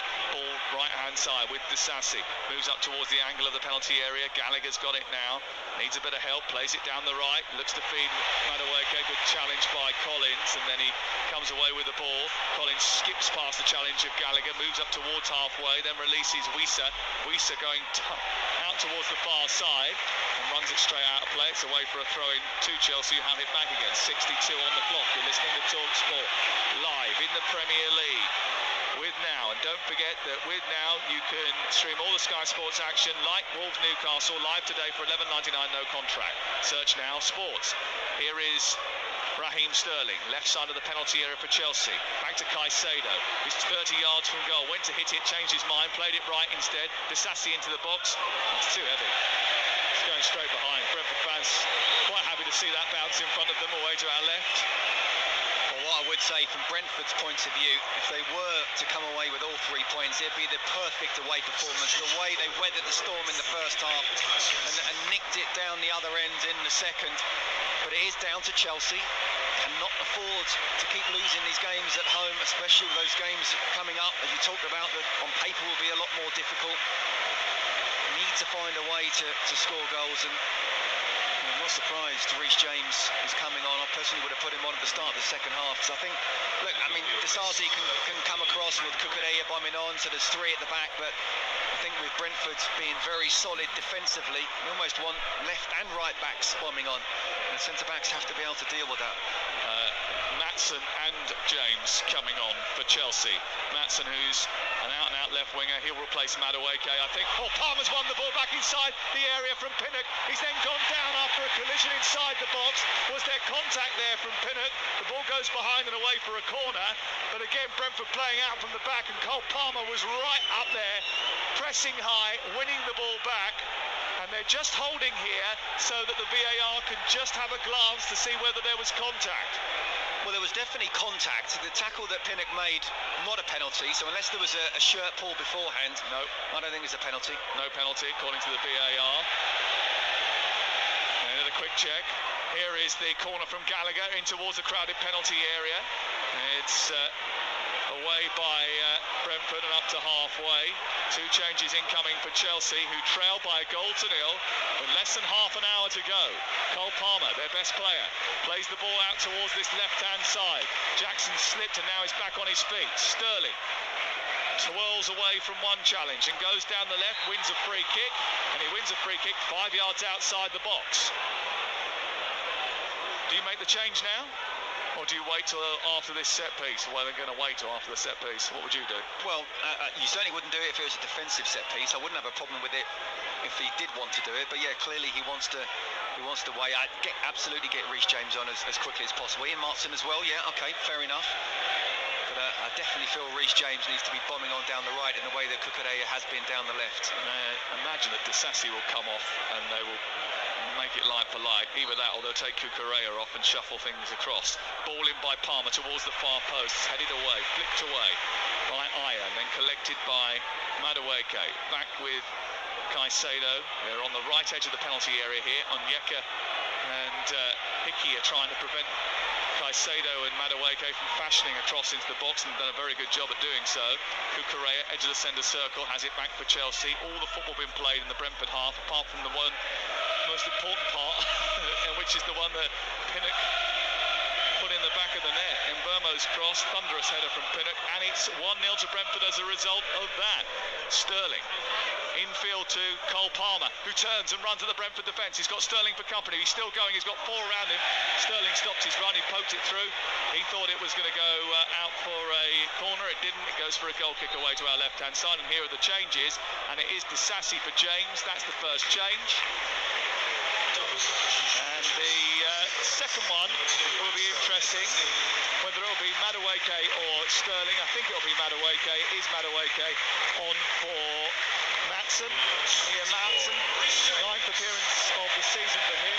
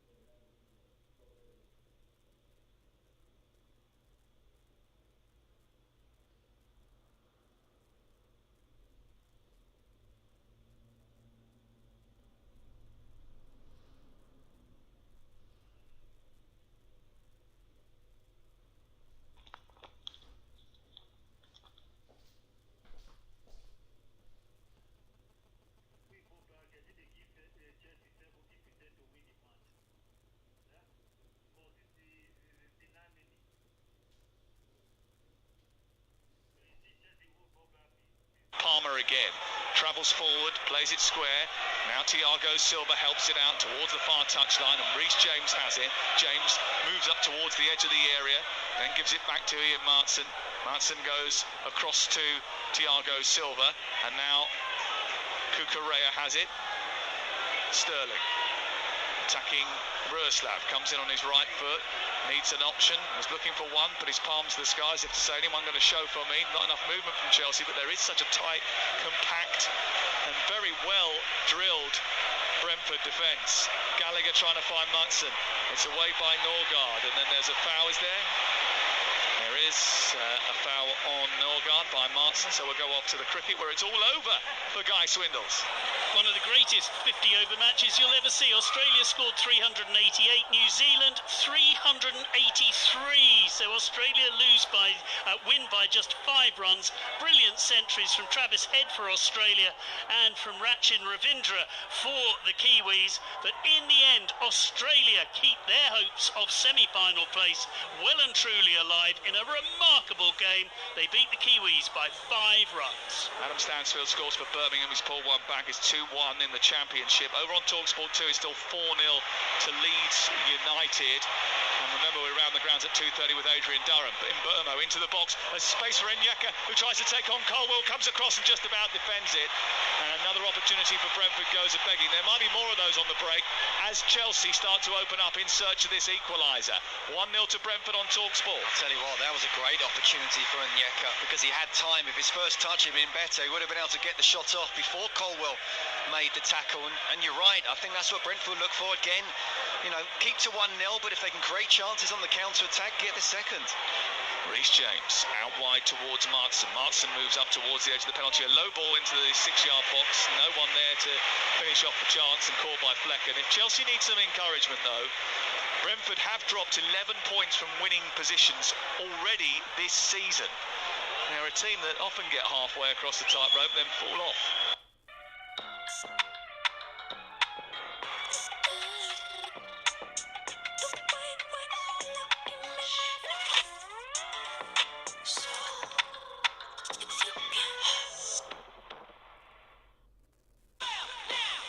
Captain Marvel, i nostri poteri sono intrecciati. Ma che... Tutti pronti?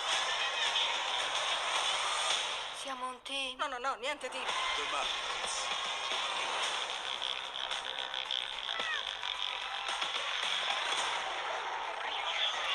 Oh mio Dio! Dall'8 novembre, solo al cinema. In his base, and Austin Trusty said that he predicted Sheffield United would get out of their current rut and believe that they have to know that they can win the Premier League. Adding a little dash of realism for TalkSport, Alex Crook. Cruel but fair. Arsenal without Gabriel Jesus due to injury. Eddie Nketiah comes in as one of 5 changes from midweek. Kiwior, Zinchenko, Smith Rowe and Havertz also start. Gabriel and Ødegaard both rested. Saka captains the side. 2 changes for Sheffield United. Brewster and Slimani in. Out go McBurney and Archer. Gallagher back at Stamford Bridge where Chelsea trail by a 1-0. It's with Sterling and into Palmer again. Chelsea operating just in front of the centre circle, moving the ball up into Brentford territory, deeper and deeper, inch by inch, but again it's very difficult to get beyond the first line of defence and then the second, and the third almost impossible to breach for them this afternoon. 72 on the clock. Palmer, left side. He's actually dropped a little bit deeper to pick up the ball in recent times. Yeah, again, liken it to Maddison. He was quite often did that, and then he just drifts in, looking to try and get the ball. You almost need 2 or 3 of him, don't you, Cole Palmer, to kind of develop the attack from the back to the front. Sterling takes over, runs towards the left side of the box, gives it to Gallagher. Gallagher wanted someone to go on down the left touchline, but he instead switches it to the right-hand side. It was a good play by him. Picked up now by Reece James, who's crossed into the box, comes right the way through to Jackson. He couldn't deal with it. Comes into his body, bounces off his body, and that allows Pinnock to get the clearance away to halfway. Well, it's a difficult one because it was whipped in and it was a missed clearance from one of the Brentford defenders. But again, top strikers, you know, they say, what if he misses it? I've got to be on my toes. He wasn't. Here is Colwell out wide to the left again. Brentford banking up once more as Sterling tries to trick his way to the edge of the box. He's got Cucurella outside him. Can they hold on here, Brentford, for a precious 3 points? Remember, they haven't won too often recently. First victory in 8 was last week against Burnley. And they lead here, but they've got a habit of throwing them away. Can they this time hold on to it? Thiago Silva, 30 yards from goal, into Gallagher, dead centre of the Brentford half, stopped by Norgard, good defending again by Brentford. Gallagher again out wide, into Reece James, who can whip in a good delivery. He tries to take on the defender, produces a cross, away by Pinnock. James has got it back edge of the area. Gallagher, James, Martson, all very tight on the edge of the congested box. It's Gallagher round the corner, comes off the defender, claims of handball against Hickey. Referee says play on. It's played back wide to Martson, into Gallagher, back to Martson right side. Across comes Collins and intervenes, and then tries to take on Gallagher. And a foul is given against Collins. Bit soft that, and the Chelsea fans didn't like it. Well, first of all, it's great defending from Collins. Second of all, I didn't think it was a foul from Conor Gallagher. Third of all, it looked like, and we haven't got replays you mentioned before, and it's at the other side of the pitch. It looked like if it did hit Hickey's hands, there's no reason why that shouldn't be handball. Well, the referee is allowing play on. There's going to be no VAR check. There's going to be 2 changes here for Brentford. Neil Maupay is one of those. Other one is Yegor Yarmolenko, the Ukrainian 19-year-old, who's about to come on for Brentford, who lead by 1-0, courtesy of Ethan Pinnock. His first goal of the campaign. And his last goal was a winner against Manchester City. Is his latest going to be a winner against Chelsea? The changes are about to happen, and I'll confirm them in just a second. But on TalkSport 2 at 3 o'clock, it's floundering Bournemouth against floundering Burnley, and Iraola is in good company in terms of struggling at the bottom of the table. A visit for Vincent and for Ian Danta. There's plenty of changes, Sam, for both sides. 4 for Bournemouth, 5 for Burnley. Radu makes a Premier League debut in goal for the Cherries. Mepham, Christian, Semenyo also recalled. Lyle Foster, we're told, is ill. He's not in the Burnley starting lineup. Vitinho, Brownhill, Goodmanson, Koleosho and Zarori all recalled by the Clarets. It's live on TalkSport 2 at 3. It's Bournemouth against Burnley. Download our app. You can flick between the 2 stations this afternoon. You can listen to Ian Danta and Perry Groves on commentary duty, and then you can listen to Adrian Durham going round the grounds from 2:30. In fact, Perry actually isn't working today, if I remember rightly. He did tell me he was doing something else today. It's actually Alvin Martin who's alongside Ian Danta. And then on tomorrow you'll be able to pick up the championship game from Sheffield Wednesday's Hillsborough as they take on Rotherham from 1 o'clock, whilst on the Sunday session we'll be going round the grounds there. Chelsea on the attack, trying to come forward. Right side is James looking for Martson. It's away by Collins, and he clicks it clear over the far side and away for a throw once again. And you can just sense now in the crowd that Chelsea's supporters are getting a little bit frustrated. Yeah, look, rightly so. And they haven't really created too many chances in the last 10-15 minutes. And Brentford certainly looking as if they're gaining a bit of confidence, even if they're getting the ball at the back. Nathan Collins there, a bit of skill inside the box, then realising, don't mess with it, just get rid of it. But it's attack-free defence. Chelsea just not able to break Brentford down. Yarmolenko and Maupay are on. Off went Janholt and Wissa, as Brentford trying to hang on to this advantage. Reece James, midway inside Brentford territory, gets the return from, or looks for the return from Caicedo, but 2 red and white shirts went out to stop it. Then there's a late challenge from Caicedo on Norgard. It's going to be our first yellow card of the game, is it? It is. Well, it's actually a second yellow card, technically, because Maupay got one when he was off the pitch. But our first on-field yellow card of the day. Yeah, and he needs to be careful he doesn't get another yellow card then, doesn't he, being on the pitch. But look, it's been a classic performance, away performance from Brentford. Thomas Frank will be delighted. And we talked about in the first half, doesn't matter who you're playing, when you're on top in the beginning of a match, first 20-30 minutes, you need to be able to convert a chance at least and be on top, because you can't dominate a game for the full 90 minutes, and the opposition, this is the Premier League, will create some chances. Really well worked goal from Brentford, you have to say, but if this is to be another defeat from Chelsea, this is so disappointing. Well, they're checking for a possible red card here. They've stopped the play, and there was a step on the ankle. The referee is just listening. I don't think it's going to be enough for a full VAR check, and we are going to get back underway, but it is waved on by the referee. Brentford, who are excellent at coming up, as I mentioned in the first half, they are happy to be the underdogs. They're happy to come up with a playbook and a strategy to go to these places and get these results. They went to Manchester City last year and got all 3 points. And they did the double over the treble winners last season. So they were never to be discounted, and it was always going to be a game that Chelsea had to win but could lose. And now they've got 12 minutes to stop themselves from doing just that. Does that mean if Brentford win the Champions League final against City, they would have fancied themselves to have won it? Sometimes you just have a bogey team, fella. Roerslev down the right-hand side is crunched by Levi Colwell. And they win a free kick on this right-hand side. I've got to say, I think they've managed the game, Brentford, really well. In these little moments where the stoppages have happened, they've known how to kill the game stone dead. Look, I think the first 20 minutes they were very much under pressure and against the ropes, as it were, and just trying to hang on in there. Madueke hit the crossbar, and Cucurella had that wonderful chance. But then since then, absolutely, Chelsea still had all the ball, but they seemed more in control, Brentford, and it's been a fantastic performance, you have to say, away from home. It's down to Chelsea to find a way, and all while the ball is down the other end, the Chelsea fans will be frustrated. Ball tossed in by Roerslev. It goes over the head of one defender and then scuttled clear by Chelsea. The last team to stop Chelsea scoring were Bournemouth back in September. But Brentford are very good at not losing games. Last season, only Arsenal, Manchester City and Newcastle lost fewer games than them. Free kick just right of the centre circle for Brentford, who are utilising their time well. Leslie Ugachukwu is coming on, and David Washington is also coming on for a debut. Now, he's very young, David Washington. He is only 18 years of age. He's been an unused sub in 6 of the 7 games recently. He was 17 million quid from Santos. He's raw, but he's coming on to replace Raheem Sterling at Stamford Bridge, with Chelsea needing a goal. Is that desperate times, desperate measures? Yes, absolutely. And I think Raheem Sterling won't be happy the fact that he's the one being taken off.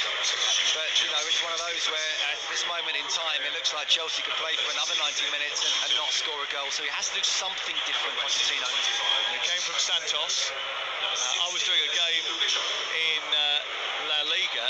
Sterling has stayed on, actually. He's just maybe came over and got instruction. Caicedo is the one who has come off. They did take somebody else off as well, because they brought on Ugachukwu too.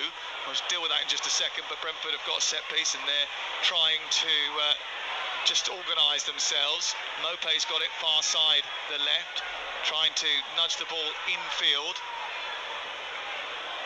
Finds Hickey trying to play it further wide. I was doing the Barcelona game last week where they brought on a 17-year-old, and he scored within 23 seconds of his introduction. So fantasy substitutions do come true. Cucurella was the man who came off, by the way. Absolutely, it can happen. This is all about trying to do something different. There's no doubt about it. Raheem Sterling came off to speak to Pochettino, but he wasn't one of the ones being substituted. Here he is on the ball now. Raheem Sterling still involved. Maitson in towards Sterling. Maitson again. He's come out to the left side now. He's got Palmer waiting in the centre, screaming for the ball, saying, "Look where I am." And none of them managed to get the ball to him. Over the halfway line is Thiago Silva. On to Reece James. Leslie Ugachukwu waited for the ball, didn't come close enough to him, was mopped up by Yaremchuk. And then it's forward by Mope over on the far side and cleared away.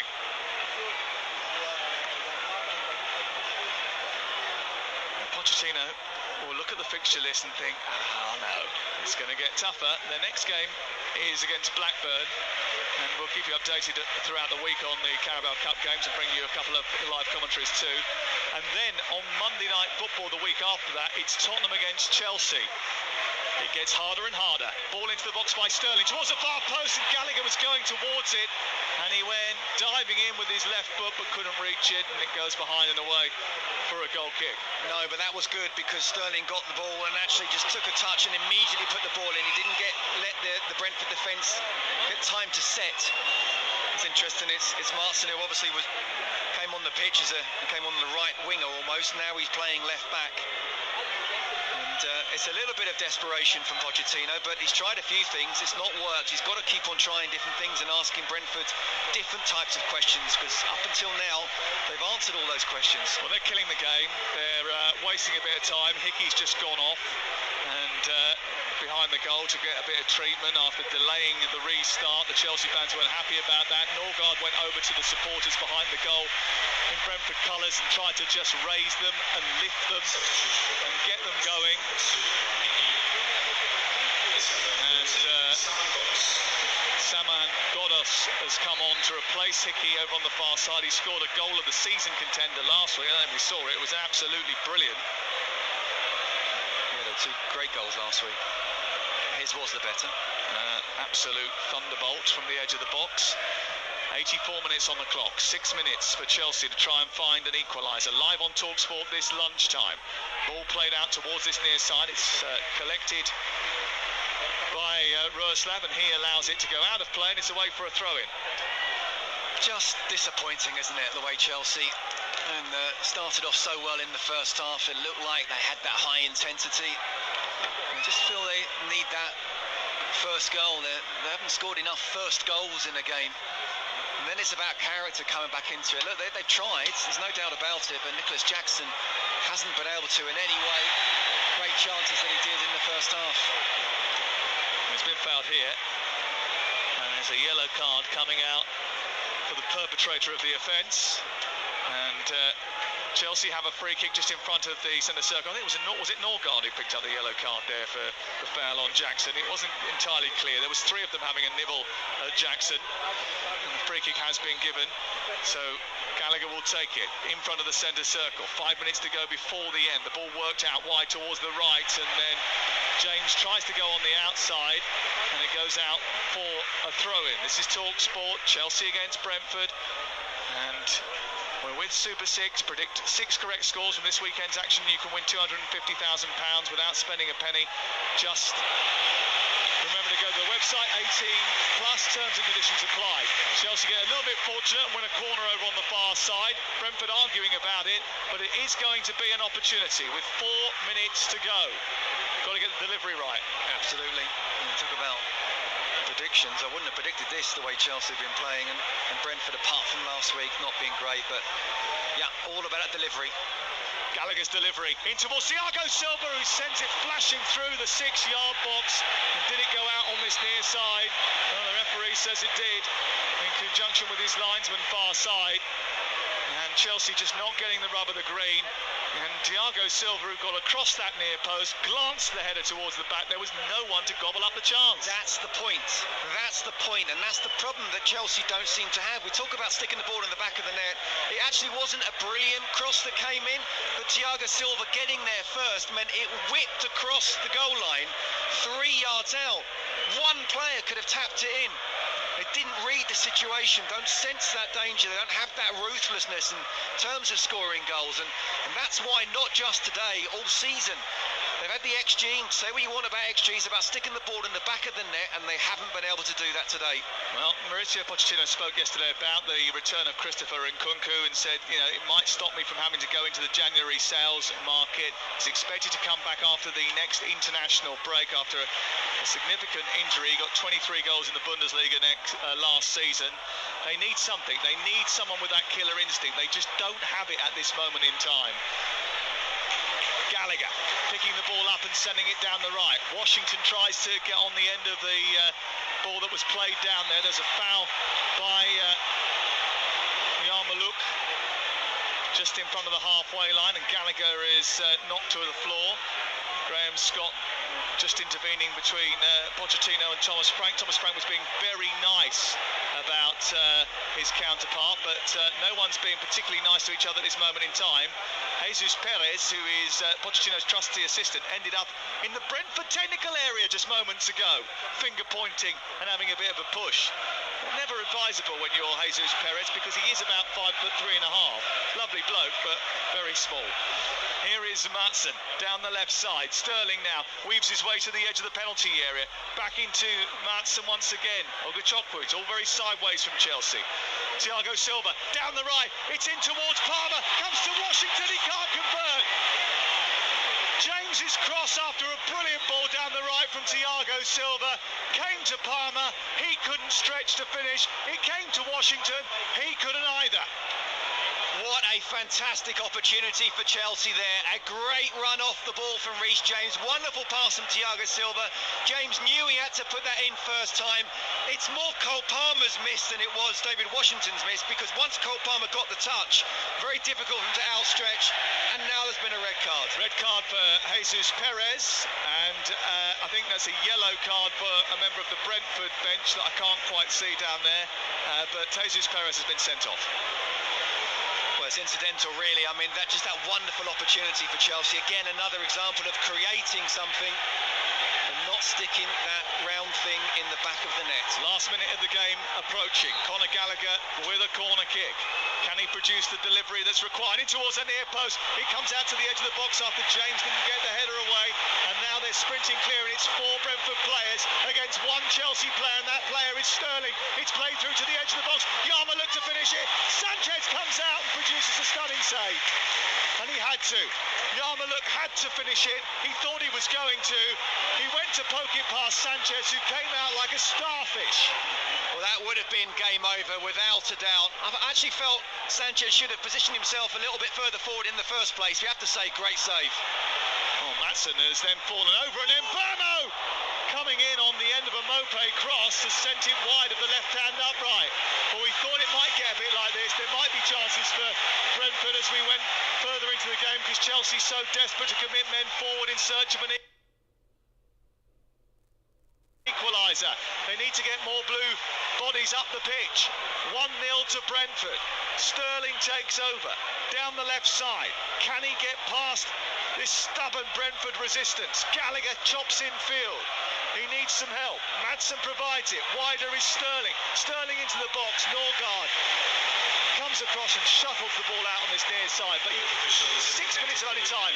Sterling there gets the chance to get the cross in, but he delayed it, and that allowed Norgard to have the time to get across and close him down. Yeah, look, Chelsea was sort of on the counter-attack, and yet Brentford got all 11 players back behind the ball, and Chelsea only had 5 players going forward. Again, I have to say, massive credit to Brentford, but this would be so disappointing if Chelsea don't get anything out of this game. I think Brentford have had almost a perfect away performance here today, and they wouldn't have designed it exactly this way, but after riding their luck, they ended up making the most of every attack that they've had. They haven't been in full control of these 90 minutes, certainly not in the first 20 or 30, but since then, actually, despite them being on the back foot, they've always been well positioned and well organised. It's going to be 2 wins in a row for Brentford after a barren spell. It's not going to go down too well with the Chelsea faithful. Here is Maatsen round the left-hand side for Chelsea. A lot of play down this left-hand side, but not enough product. Here is Sterling taking on 2 defenders. There's a third one joining now. He pokes it between them all. Palmer helps it to Gallagher. And then it's with Colwell. Out to the right side. James delivers a cross into the box. No one was really looking for it in Chelsea colours. It's flicked away by Roeslav, and it'll go out for a corner. The problem is, once Raheem Sterling's on the ball and 3 players are coming out, they need to quickly switch it as much as possible, and they didn't do it quick enough. Reece James put the cross in, but it's just a floated cross, easy for the Brentford defence. Here is Gallagher delivering the ball to the edge of the box. Maatsen will deliver it left-footed. It hits the first man. It was a bit of a waste of a delivery into the box. It's cleared away by Brentford with relative ease. Washington scurries to the halfway line to keep Chelsea in possession. We're in the 93rd minute of the game. Sanchez forward. Everyone was offside. It was a silly ball to play from Sanchez, but Gallagher has tried to keep it alive. Roeslav has done well. He sends it centrally. Mopé nudges it back. Ogachukwu can't get there. It's won by James. Oh, illegally so. Free kick into the centre circle to Brentford. And Brentford looking, Mopé looking as if he was wanting to take a quick free kick. No way was he taking a quick free kick there. They just want to take their time as much as possible, maybe even take a yellow card. They know they are just minutes away from another fantastic win here at Stamford Bridge.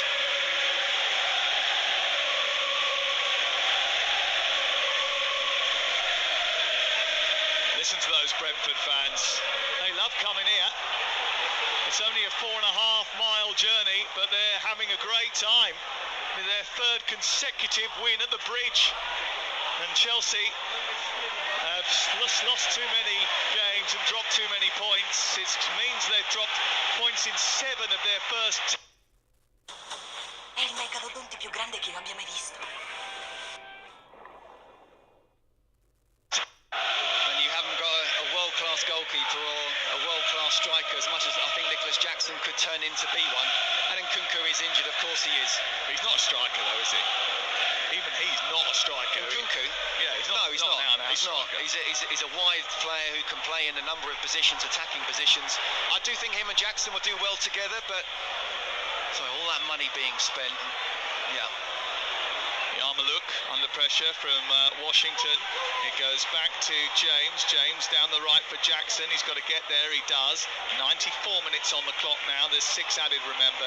Chelsea need to get bodies forward again. They're a little bit reluctant to get forward at pace. So Ugachukwu into Sterling. Back to Colwell. And then Maatsen. Sterling wants it. Cole Palmer's on the far side now. Ugachukwu into Gallagher, always showing for the ball. He does well. He takes the ball down the side of the penalty area.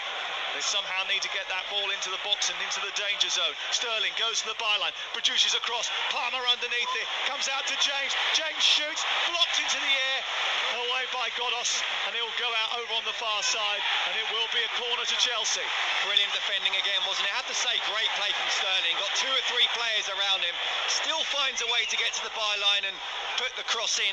Reece James has an attempt. This time it's Godos coming on. Defended so well today, Brentford. Palmer has hurt himself. Robert Sanchez has come up from the back, the goalkeeper, to try and influence proceedings in the Brentford penalty area. Gallagher's delivery. He was up there, Sanchez, and now they're looking to counter-attack, and there's no goalkeeper, and there's only Brentford players steaming forward. Neil Maupay hasn't scored for ages, but he gives the ball to Mbeumo, who finishes it off, and into an empty net, and Brentford run away with the points. And Chelsea's revival hits the skids. Robert Sanchez went up for the corner, got nowhere near the ball. Brentford broke with a 2-man attack. Neil Maupay hasn't scored for 34 games, so instead of running the ball into the net, he handed it off to Mbeumo, who slipped it into the empty goal, and Brentford take all 3 points from Stamford Bridge again, and the Blues are bruised. It's Chelsea 0, Brentford 2. Well, it was so deep into injury time. The second goal is a little bit irrelevant, but I don't really get the goalkeepers coming up, because that is always something that can happen. Funny enough, well, it's not funny. Neil Maupay was actually sprinting with the ball, and Robert Sanchez caught up with him. Hold on. It looks like he was offside. Are they going to rule it out because Neil Maupay played the ball to a player who was offside? It is Neil Maupay, by passing the ball on, because it was only Sanchez back, ends up playing the ball to a player in offside position. As a result of that, the goal's chalked off. It is only 1-0. Yeah, but Mbeumo should make sure that he's behind Maupay in the first place. You know, he couldn't have been behind it. We haven't got replays here, as we've mentioned a couple of times, but he's got to make sure he's behind the ball. Checking it. Oh, they've given the goal. Yeah, he was behind the ball. They've given the goal. It is 2-0. Well, I would have found that really strange that Mbeumo wouldn't see that it need to be behind the ball. Again, I don't think it was a Neil Maupay sort of being unselfish. I think he realised Robert Sanchez was catching him up. Didn't realise Robert Sanchez was actually that quick, but yeah, he must have realised. And Brian Mbeumo, I'm talking about, that he's got to stay behind the ball. So it's irrelevant how many players are between the goal and himself. As we said, we couldn't see a replay of it, but I didn't think when I saw it that's offside, did you? So as a result of that, when they reviewed it, it's pretty clear that the goal stands, and Chelsea are losing 2-0, and the points are going back to a bus stop in Hounslow. And they look like they're going for a third here as Robert Sanchez comes out. Is he going to get criticism for going up for the corner? No, I think he probably would have looked across to Pochettino and, do you allow me up there? But the second goal was irrelevant, Sam. They could be playing another 90 minutes, and I'm not sure Chelsea would score a goal here, and that's the biggest problem. You know, they're not keeping enough clean sheets, but they're not scoring those really important first goals where you suddenly then can dominate the tempo of the game. Brentford absolutely love this place. For the third year in a row, Brentford have travelled the 4 short miles to Stamford Bridge and gone back with 3 points. Chelsea still a work in progress, but this was supposed to be the easiest fixture they've got on paper for the next few weeks. Spurs, City, Newcastle, Manchester United and Brighton are their next 5 league opponents, and Maurizio Pochettino couldn't really afford to lose this game, but they have. They've lost it by 2-0. Sam Matterface, thank you very much indeed. Well, the players are shaking hands. Chelsea certainly look a lot more disconsolate than those Brentford players. What a performance it's been for them. Yeah, hive of activity pitch side, plenty going on, and on the pitch as well. No one seems to be leaving anytime soon except the fans, who are pouring out of the stadium very quickly indeed. Sam mentioned it, 3 Premier League wins for Brentford here at Stamford Bridge. No other that 3 consecutive in that competition in the top flight against Chelsea here at Stamford Bridge. That is a record for Brentford. Are the Bees becoming a bit of a bogey team for the Blues? It would appear so, because they've now leapfrogged Chelsea into 10th place as Mauricio Pochettino's side drop down into 11th. Wow. Scott Minto is alongside me here still as the Chelsea players head over to the fans that are left opposite where we are. I mean, it is the Brentford players who are heading over to the away supporters right now, who are clapping, jumping up and down, and the cheers are just getting a little bit louder as the entire team head towards them right now to clap them, salute them and thank them for their incredible support. And they have been incredible in this game, and you know, they might not have been incredible on the pitch throughout the whole 90 minutes, but they got the job done, Scott Minto. I mean, what the low block, Chelsea just could not get beyond them. No, they couldn't, Resh, and I thought Chelsea started off really well with high intensity, and I was saying about when you're on top, you really need to get that goal, you know, and put the opposition in its place, as it were. That first goal can be so important in a game, because until the opposition score again, you dictate the tempo of the game. Chelsea didn't do that, and do you know what? Brentford were pretty spectacular for the whole 90 minutes. Yes, very much under pressure in those first 20, but held out, didn't concede. And then even when Chelsea were very much on the front foot, they grew into the game, Brentford, and it was a perfect away performance. It really was, and the players are now alongside Thomas Frank, just waving to the crowd. They pushed him out, didn't they? And they're all doing fist bumps. Look, Resh, no, I'm trying hard not to speak from the Chelsea point of view, because obviously I want Chelsea to do as well as possible, but let's stick with Brentford for now. This was an absolutely superb tactical away performance. It wasn't always perfect in terms of Chelsea created chances, and with better finishing could and should have scored, but generally speaking, for Brentford to come here and put in that type of performance and come away with all 3 points, again, it's another fantastic job from Thomas Frank and his team. It really is. It was almost like the perfect away performance, wasn't it, for a team? They did absolutely everything they had to do against the Chelsea side, who were dominant in that first half, as you said. I mean, the Chelsea players disappeared quite a while ago down the tunnel. Brentford not going anywhere. I think the TV interviews have only just begun, and they're actually, the players, most of them are starting to make their way now. But yeah, you know, they deserve their moment. They deserve to be celebrating that. But for Chelsea, I mean, what on earth is the magic formula then for this team? Because they are creating the chances. It looked like they were getting it together in these last few games, certainly against Arsenal, and you know, you could say as we did pre-match that they were a little bit unlucky against them. But there's something very big that's missing in this Chelsea side. What is it, Sam? With that wry smile. No, look. Well, it is, but it's been a striker for many years. It has. And then I was just talking to Jason Cunningham who walked past. What's the goalkeeper had to do? What's Mark Flecken had to do? Far too many teams come to Stamford Bridge, the goalkeepers have an easy day. He's tried to give it away 3 times, the goalkeeper, and he still hasn't had too much to do. And that's been a long-standing problem.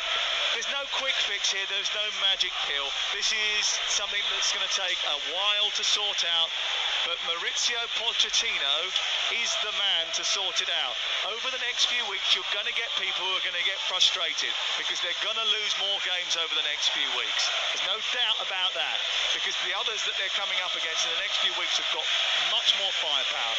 But it's not his fault that they've signed players that are under the age of 25 and only players at the age under the age of 25. Thiago Silva and Raheem Sterling can't do it all on their own. Chelsea's best player is 21 years of age. His influence faded later in the second half. The second half performance was not good enough. You cannot put all your eggs in the kids' basket. I'm sorry, you can't do that. I couldn't agree more. It's all very well buying for the future and getting, around FFP, putting players on 7 and 8 year contracts, but it's about the here and now, Resh, and I will repeat, it's not Mauricio Pochettino's fault, and give him time, because there are difficult games coming up. Look, I'm not an overly stats person, I'm not, but 69% possession, 17 goal attempts to 7, and yet 2 on target, whereas Brentford had 5. And it's not just about a striker, it's everyone's got to step up. But when you haven't got enough leaders on the pitch, you go back to the Chelsea of the Frank Lampards, the John Terry, the Petr Cech, Ashley Cole, Didier Drogba. My goodness, 7 or 8 of those players were absolute leaders in the dressing room, captains. They haven't got enough here. Who wears the badge with pride here in this Chelsea side? Look, I still think Thiago Silva is an absolute Rolls Royce. If only he was 10 years younger, but 10 years younger he may not be at Chelsea. I think he's superb. I think Raheem Sterling, we didn't quite see enough of him. We've mentioned Cole Palmer, but who loves the club? Like Frank Lampard, like Petr Cech. Who loves this club yet? Look, none of them. Reece James loves the club. Reece James. Gallagher, Okay. You've got Gallagher, you've got Colwill, you've got James, you've got players that are associated with the club. That's not the problem for me. The issue for me is the level of recruitment. You're recruiting younger players. I think we should pay tribute to Brentford and the way that they performed today. I thought, you look at it, Chelsea have won every game on expected goals, not today. Brentford have won that by some margin, and it's because they came here with a game plan, they executed and they got it right. It would have been different if Chelsea had made that breakthrough in the first half, but they didn't. The longer the game went on, the more confident Brentford got. Brentford have got a very, very good manager, and they've got an excellent recruitment process. Look, we could have gone on for hours, but the bottom line is Chelsea have spent almost £1 billion, and yet they haven't got a world-class goalkeeper and they haven't got world-class strikers. You win games in both boxes. Not Robert Sanchez's fault today, not enough leaders, all very well going for youngsters and buying for the future, buy for the here and now as well, and that helps you roll into the future. But well done, Thomas Frank and Brentford.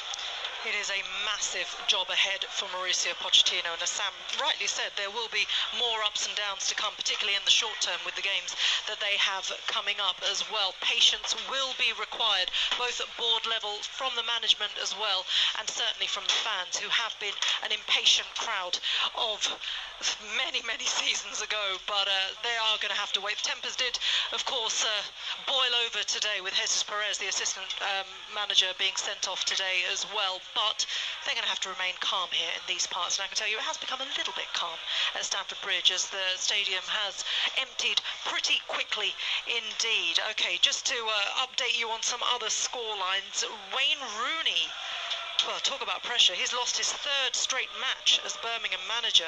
They lost 3-1 at Southampton in the Sky Bet Championship. The Saints stay 4th, a point behind Leeds, who beat Huddersfield 4-1 on TalkSport 2. They scored 4 goals in that first half as well. So, here at Stamford Bridge, well, Brentford win again.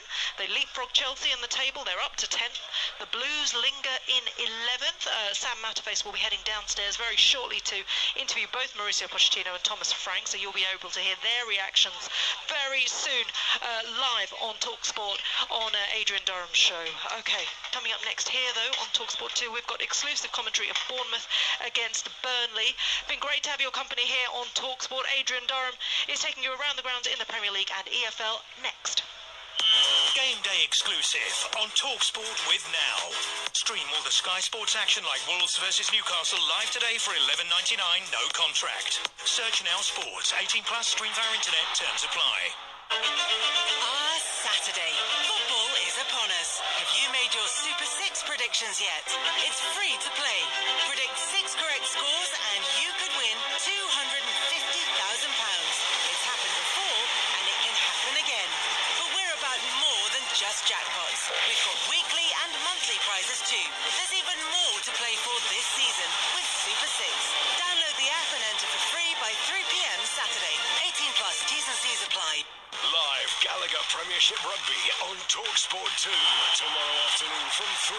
He's got it up in the air. He's kicked it. What a strike! Hear tough tackling rugby union commentary as Newcastle Falcons take on Northampton Saints. The bounce of the rugby ball worked perfectly for the Northampton Saints. Newcastle Falcons take on Northampton Saints. It's all about the grounding, and the referee's seen enough. Tomorrow afternoon from 3 on TalkSport 2.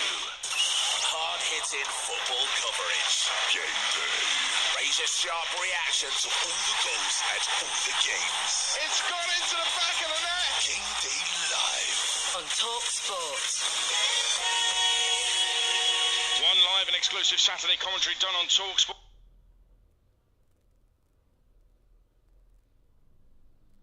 As Brentford win at Chelsea again, and with the 3 points go above the Blues in the table. And now it's your traditional Saturday show. All the goals from all the games as we take you around the grounds. This is Game Day Live, and as we pass the quarter of the way through the season mark, they're all looking up to Spurs, top unbeaten and 5 points clear after last night's win at Palace. Live on TalkSport. Madison takes it in, does well, holds on to it, pokes it into Johnson, across to Son. It's a brilliant Tottenham Hotspur goal. That was a sensational team move, and it's why they're going to go 5 points clear at the top of the Premier League. It's Saka, edge of the penalty area, goes past, left footed, strike!